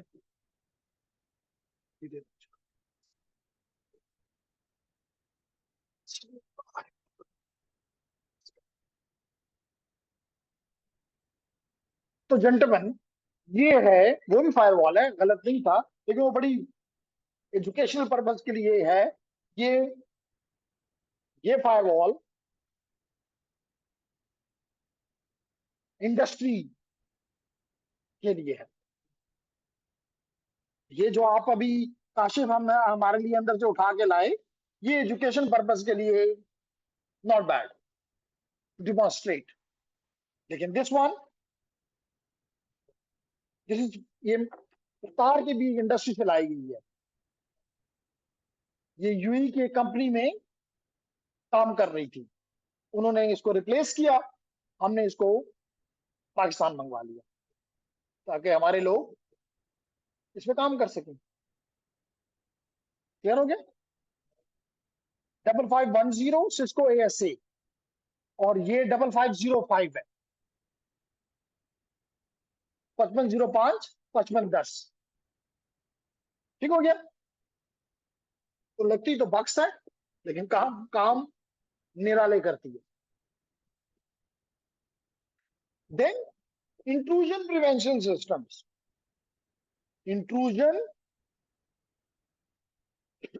आज फायदा है हमारे साथ क्या नहीं है?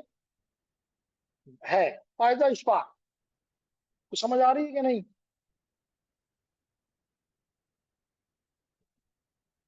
और Faida is from energy department. तो how you relate the to?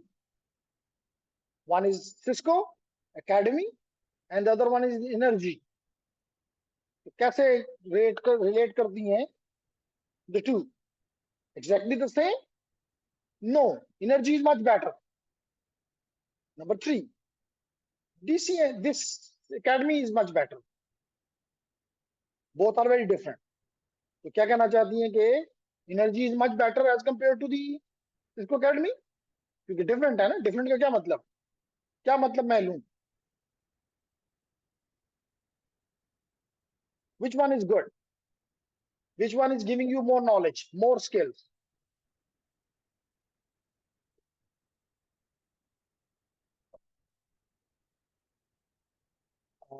Here it is, no, I like networking because I am interested in ethical hacking. Okay, तो फिर भी देखें हमारी फायदा ने अपने डिपार्टमेंट की इज्जत को बरकरार रखा। तो कहती है कि इसलिए मुझे अच्छा लगता है कि मुझे नेटवर्किंग अच्छी लगती है, अदरवाइज तो दोनों ठीक ही हैं। ओके, मानते हैं जी आपकी वफादारी with the energy department, although both are part of UT, so not bad. तो लेडीज एंड जेंटलमैन, हम बात ये कर रहे थे कि आप इंट्रूजन प्रिवेंशन सिस्टम्स बनाएं। क्या बनाएं? और ये मेरे FIP स्टूडेंट का, अगर बाहर अगर आप अभी निकले तो एक छोटा सा बैनर लगा हुआ है। बैनर कहते हैं, क्या कहते हैं? तो उसको देखें तो they have developed A IPS, intrusion prevention system. तो जो भी अटैक आता था, ये सिस्टम उसको डिटेक्ट कर लेता था। इसी तरह you can have the intrusion detection system, ये प्रिवेंशन सिस्टम है। You can have the intrusion detection system as well. ये सिर्फ डिटेक्ट करता है, रोकता नहीं है, जाने देता है। लेकिन पिक्चर ले लेता है कि जी ये बंदा, मेरे ख्याल से क्या लफ्ज इस्तेमाल करना चाहिए, क्या कहना चाहिए, एक बंदा गया और आप लेट करें कि सिक्योरिटी पे इंचार्ज हैं, आपको फील हुआ कि 2 नंबर है, मशकूक, that the word I want to clear. मशकूक बंदा चला गया तो IDS क्या करता है, मशकूक चीजों को अपने पास रजिस्टर में लिख लेता है, जिसको हम कहते हैं मॉनिटर कर रहा है, लॉग बना लेता है। ठीक है निमरा? तो लेकिन इंट्रूजन प्रिवेंशन सिस्टम क्या करता है, मशकूक बंदे को कहता है रुक जा, नहीं जाना, तो आपकी मर्जी, what you want to do. Then is the, मैंने अभी बताया, VPN, virtual private networks. You can see here for example ladies and gentleman, intrusion prevention, VPN, तो I can connect to the VPN। तो VPN किस लिए है? Again security के लिए, कि ये VPN मालूम करेगा कि क्या ये इंसान वाकई एक ऑथेंटिकेटेड यूजर है, तो जाने दो अंदर, नहीं है तो रोक दो इसको।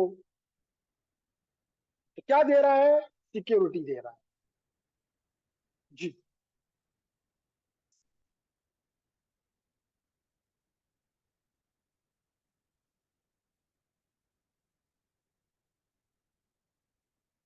VPN, okay. तो क्वेश्चन ये किया गया, मुझे व्हाट्सएप का तो नहीं पता, यूट्यूब का पता है कि कुछ टाइम पहले हमारे दानश्वरों ने कहा कि जी VPN को, सॉरी, इसको बंद कर दें। ट्विटर अभी बंद है, यूट्यूब को पहले बंद किया था, लेकिन ट्विटर फिर भी पाकिस्तान में इस्तेमाल हो रहा है। कैसे हो रहा है? वो VPN के जरिए हो रहा है। VPN यहाँ पे सिक्योरिटी, यानी हर चीज का मुख्तलिफ रंग होते हैं ना, बनाया तो सिक्योरिटी के लिए गया, लेकिन इस्तेमाल इसका ये भी हो सकता है कि मिसाल के तौर पे ये, अभी आपको बताता हूँ, ये अगर मेरा डिवाइस है, ये अगर मैं इसको अभी दिखाऊं कि मिसाल के तौर पे if I connect to the Facebook और इवन ट्विटर, चलें जी ट्विटर, तो मैं नहीं हो सकूंगा। क्यों? क्योंकि यहां से, यहां पे लेट करें, यहां पे गवर्नमेंट ऑफ पाकिस्तान बैठी हुई है, तो जो भी रिक्वेस्ट जाती है जिसके ऊपर इसका IP एड्रेस है, उसको यहां पे रोक लिया जाता है। ऐसे ही इरफान साहब, अब मैं क्या करता हूं, मैं भी तो इंटेलिजेंट हूं, मैं यहां ट्विटर पे नहीं जाता, मैं यहां इसके करीब कहीं भी एक और नेटवर्क की तरफ चला जाता हूं। इसका मतलब है कि मैं जब यहां पे अब पहुंचूंगा तो मुझे गवर्नमेंट ऑफ पाकिस्तान नहीं रोकेगी, क्योंकि मैं तो ट्विटर पे नहीं जा रहा, मैं तो अच्छा बच्चा हूं, तो मैं इस जगह पे जा रहा हूं, चले जाओ। लेकिन मैंने क्या किया है, मैंने इस पैकेट के अंदर एक और पैकेट छुपाया हुआ है। ये ट्विटर का पैकेट है और ये इसका पैकेट है जो ऊपर नजर आ रहा है, let me call the VPN packet. तो जब मैं यहां पहुंचता हूं तो VPN वाला देखता है कि मेरे अंदर तो इसके ट्विटर का पेपर है, वो ये VPN का पार्ट हटा के इसको ट्विटर के पास भेज देता है, और ट्विटर को ये पता चलता है कि यहां से ये रिक्वेस्ट आई है, तो जवाब किसको मिलेगा? इसको मिलेगा। तो जवाब ये इसको दे देता है, इसको पता है कि मैंने तो नहीं पूछा ट्विटर का, ये तो पाकिस्तान से आया है, ये उसके साथ अपना लगा के वापस इसको यहां भेज देता है, और ये दरमियान में खुश होके बैठ जाता है कि जी मैंने तो ट्विटर रोका हुआ है। तो ये है। अब बात समझ आ गई? क्लियर? इसलिए हमें बात पढ़ाया जाता है कि वीपीएन जो है वो हमारा दुश्मन है।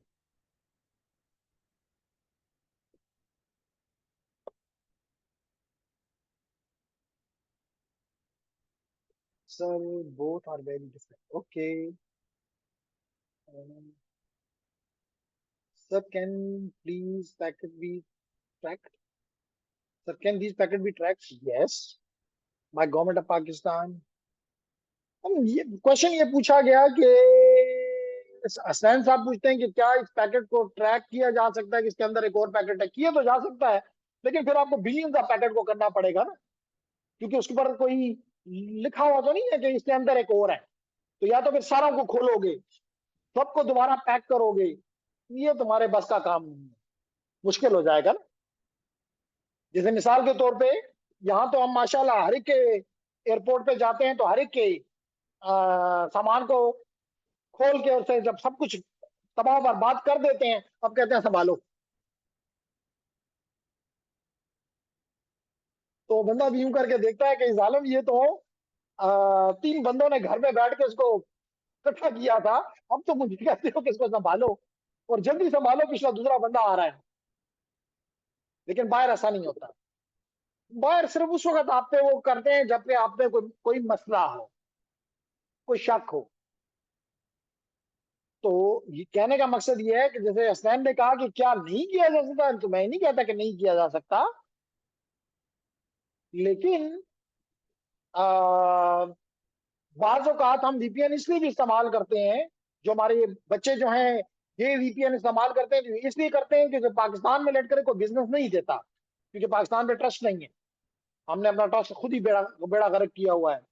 तो हम अपने आप को बताने के लिए कि जी नहीं मैं यूरोप से काम कर रहा हूँ, तो उनको आईपी जो जाता है वो यूरोप का जाता है क्लाइंट को, तो जो वो समझता है हाँ वाकई मुझे यूरोप से ये सर्विस मिल रही है और पैसे आपको मिल जाते हैं।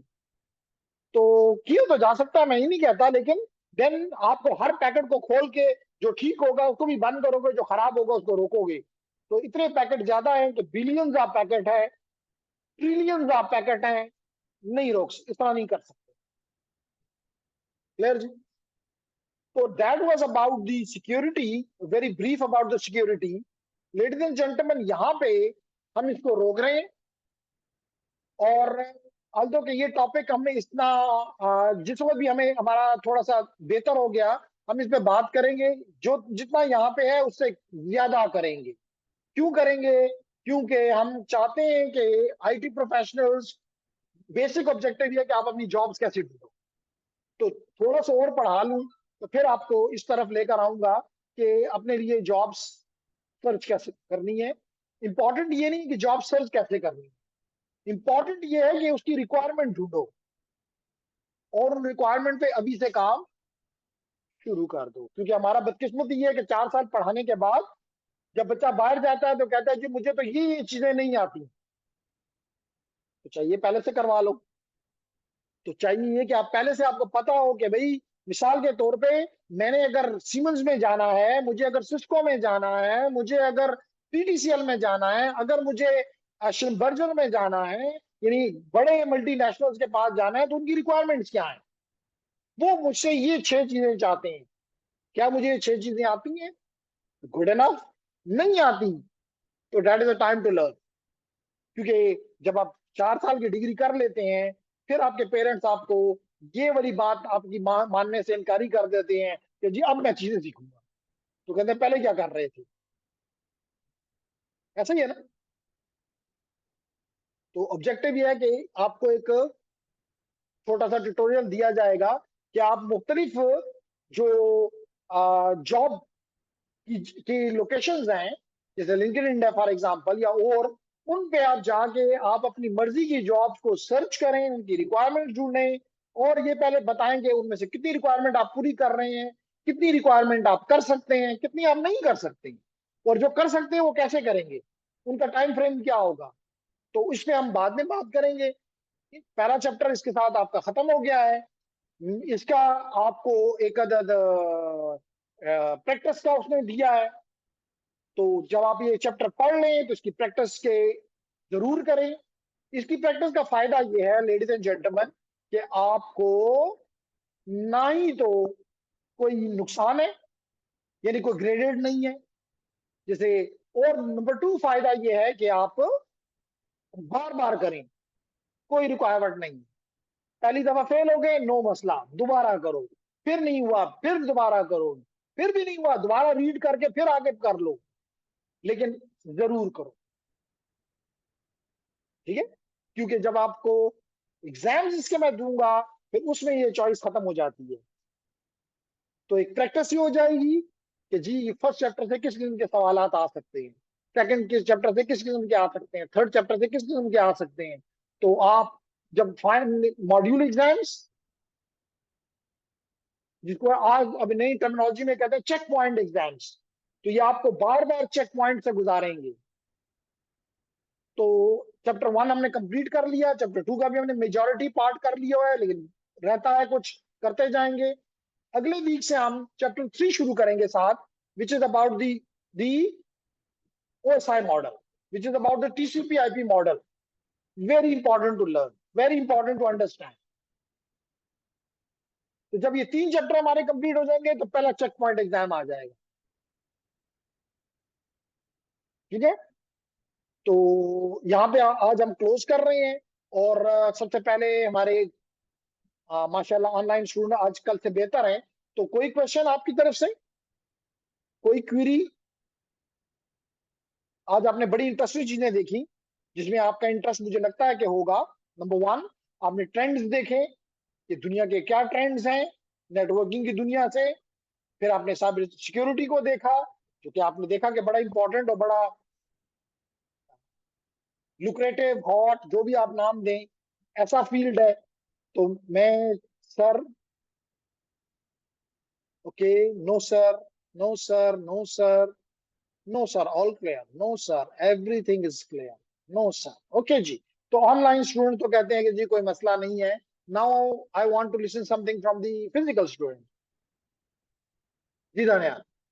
नो, सईद, निसार, क्या करेंगे? जी जी, ऑनलाइन, ऑनलाइन अभी बता देता हूँ, अभी बता देता हूँ जी। काशिफ, निमरा। तो क्वेश्चन इनका ये है कि मॉड्यूल टेस्ट कहाँ से करूँ। तो ये जनाब आपका पता है कि आपको इसकी एक्सेस दी गई हुई है, किसकी? नेट अकेड की। तो ये नेट अकेड पे मैं गया, लॉग इन किया, यूजर नेम लिखा, क्लिक किया, पासवर्ड लिखा, लॉग इन क्लिक किया, ये मेरे सामने खुल गया। अब क्या करना है? अब ये करना है लेडीज एंड जेंटलमैन जी, आपके कोर्स का क्या नाम है? इंट्रोडक्शन टू नेटवर्क्स, इसको क्लिक किया, और ये आपका पहला चैप्टर है जिसका नाम है नेटवर्किंग टुडे, इसको क्लिक किया, और आखिर में पहुंच गया, ये लिखा हुआ है मॉड्यूल प्रैक्टिस एंड क्विज, इसको क्लिक किया, ये लिखा हुआ है ये क्विज, ये जी क्विज आ गया। 1 2 3 4 5 6 7 8 9 10 11 12 13 14 ब्ला ब्ला ब्ला, ये 15 करने के बाद आप प्रेस कर देंगे, और आपको उसी वक्त पता चल जाएगा कि कितने ठीक और कितने गलत। जी, और कोई क्वेश्चन? क्लियर? तो इंशाल्लाह see you again on coming Saturday, and will be starting chapter number 3। 2 हम ऑलरेडी कर रहे हैं साथ साथ। Two is about two is about this, जो हम मैं आपको पैकेट ट्रेसर और फिजिकल डिवाइसेस पे काम करवाता हूं, that is chapter 2, basic switch and end device. तो ये हम साथ साथ कर रहे हैं, क्योंकि एकदम ज्यादा प्रैक्टिकल में भी ले जाओ तो हमारे स्टूडेंट की, क्योंकि आदात में शामिल ये नहीं है, वो इस किस्म की चीजें पसंद तो करते हैं, लेकिन उसको ग्रैब करना उनके लिए थोड़ा सा आसान नहीं होता। तो मेरा ये कर रहा हूं कि मैं हर रोज हर क्लास में आखिर के, आज हमने नहीं किया, लेकिन हम नॉर्मली आधा घंटा आखिरी एक प्रैक्टिकल के लिए रख लेते हैं। तो थोड़ा थोड़ा वो ऐसे बारिश के पानी की तरह आता है ना, तो वो एब्जॉर्ब हो जाता है। तो उम्मीद करता हूँ कि समझ आ रही होगी। आ रही समझदारी? चले आज के लिए काफी। कल हम नेक्स्ट वीक हम क्या स्टार्ट कर रहे हैं, प्रोटोकॉल्स एंड मॉडल्स। तो एक जो आपका जेन में एक सुना तो बहुत है, प्रोटोकॉल होता है, समझ नहीं आई वो प्रोटोकॉल क्या होता है, तो हम उस चीज को पहले क्लियर करेंगे। फिर हमें बहुत सुना लेयर होती हैं, नजर कहीं नहीं आती। मैं अपने उन ग्रेजुएट से पूछता हूँ जब वो मुझसे पढ़ के कहीं से पढ़ के आए होते हैं, लेयर होती हैं, कहते हैं जी पढ़े तो हैं, होती तो होंगी, देखी है, कहते नहीं देखी नहीं। तो फिर फायदा क्या हुआ? तो यहाँ पे हम उन लेयर्स को देखेंगे। क्लियर हो गया? तो जब ये कर लेंगे तो फिर क्या आ जाएगा, चेक पॉइंट एग्जाम, जिसके ऊपर अभी ये क्या लगा हुआ है, ताला। ये ताला जो है, अल्दो यहाँ पे डेट लिखी हुई है कि ये 24 दिसंबर के बाद अवेलेबल होगा, लेकिन जब मैं इस ताले को खोलूंगा तो 24 दिसंबर नहीं होगा। जिस डेट को मैं कहूंगा उस तारीख को ये खुलेगा, और जब मैं उसे कहूंगा बंद हो जाओ, ये बंद हो जाए। और वो आपको पहले से बता दी जाएगा कि इस डेट से इस डेट तक, इस टाइम से इस टाइम तक ये अवेलेबल है, डू इट। जी बिल्कुल, अभी मैंने आपके सामने ये एग्जाम रखा, ये एग्जैक्टली इसी तरह के एग्जाम होगा, इसलिए तो कह रहा हूँ कि ये एग्जाम जरूर दो। ये अभी मैंने आपके सामने रखा, ये जनाब अभी आपके सामने रखा गया जी। मिसाल के तौर पे क्या कह रहा है, during a routine inspection a technician discovered that software that was installed on a computer was secretly collecting data about websites that were visited by user on the computer। यानी कि मैं वो उसको पता ये चला कि मैं जिस जिस वेबसाइट पे जाता हूं, मेरा कंप्यूटर उसको अपनी मेमोरी में डाल रहा है। क्या कहता है, what type of threat is affecting the computer. तो जब आप पढ़ लेंगे तो पता चलेगा कि it might be the spyware, ये स्पाइंग कर रहा है, कि मैं जो चीज भेजता हूं ये अपने पास उसको नोट कर लेता है। लाजमी तौर पे ये कोई डिनाइल ऑफ सर्विस तो नहीं है, लाजमी तौर पे ये कोई मेरी आइडेंटिटी तो नहीं थेफ्ट कर रहा, मेरा यूजर नेम पासवर्ड तो नहीं चुरा रहा, ये इस वक्त मेरी स्पाइंग कर रहा है। इस तरह एग्जाम होगा। जब पहला क्वेश्चन कर लोगे तो दूसरा आ जाएगा, दूसरा कर लोगे तो तीसरा आ जाएगा, यू प्रॉब्ली 32, इसमें 15, उसमें 32। Got it?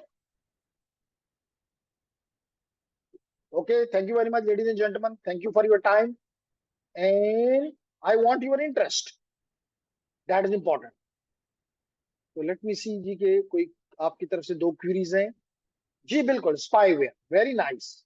हमें असनैन ने भी बताया और हमें हसन ने भी बताया, हसन एंड असनैन ने बताया कि it is spyware.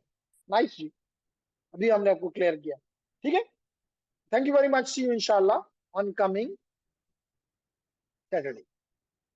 Ji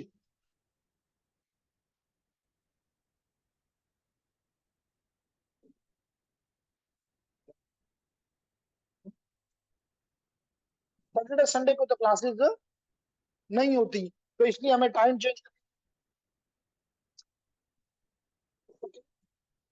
writing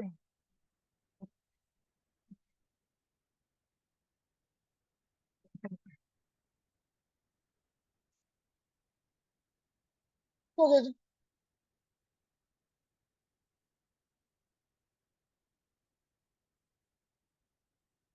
जी मोहम्मद जवाद, आप फिर पूछ रहे हैं कि भाई किस तरह हम ये क्विज करेंगे। तो मैंने आपसे अभी बात कहा कि आप अपने नेट अकाउंट को ओपन करें, नेट अकाउंट के चैप्टर नंबर 1 पे चले जाएं, चैप्टर नंबर 1 पे जाके आप इसके एंड पे चले जाएं, तो ये देखिए आपको नजर आ रहा है मॉड्यूल प्रैक्टिस एंड क्विज। आप इसके सेकंड उस पे चले जाएं तो लिखा हुआ है मॉड्यूल क्विज नेटवर्किंग टुडे। आप इसको क्लिक कर लें, और क्लिक करेंगे तो आपके सामने ये सारी चीजें, क्वेश्चन नंबर 1, क्वेश्चन नंबर 2, 3, 4 सारे आ जाएंगे। एक एक को करते जाएं, जब सब कंप्लीट कर लें तो आप आखिर में इसको सबमिट कर दें, मॉड्यूल क्विज। ओके जी, थैंक यू वेरी मच।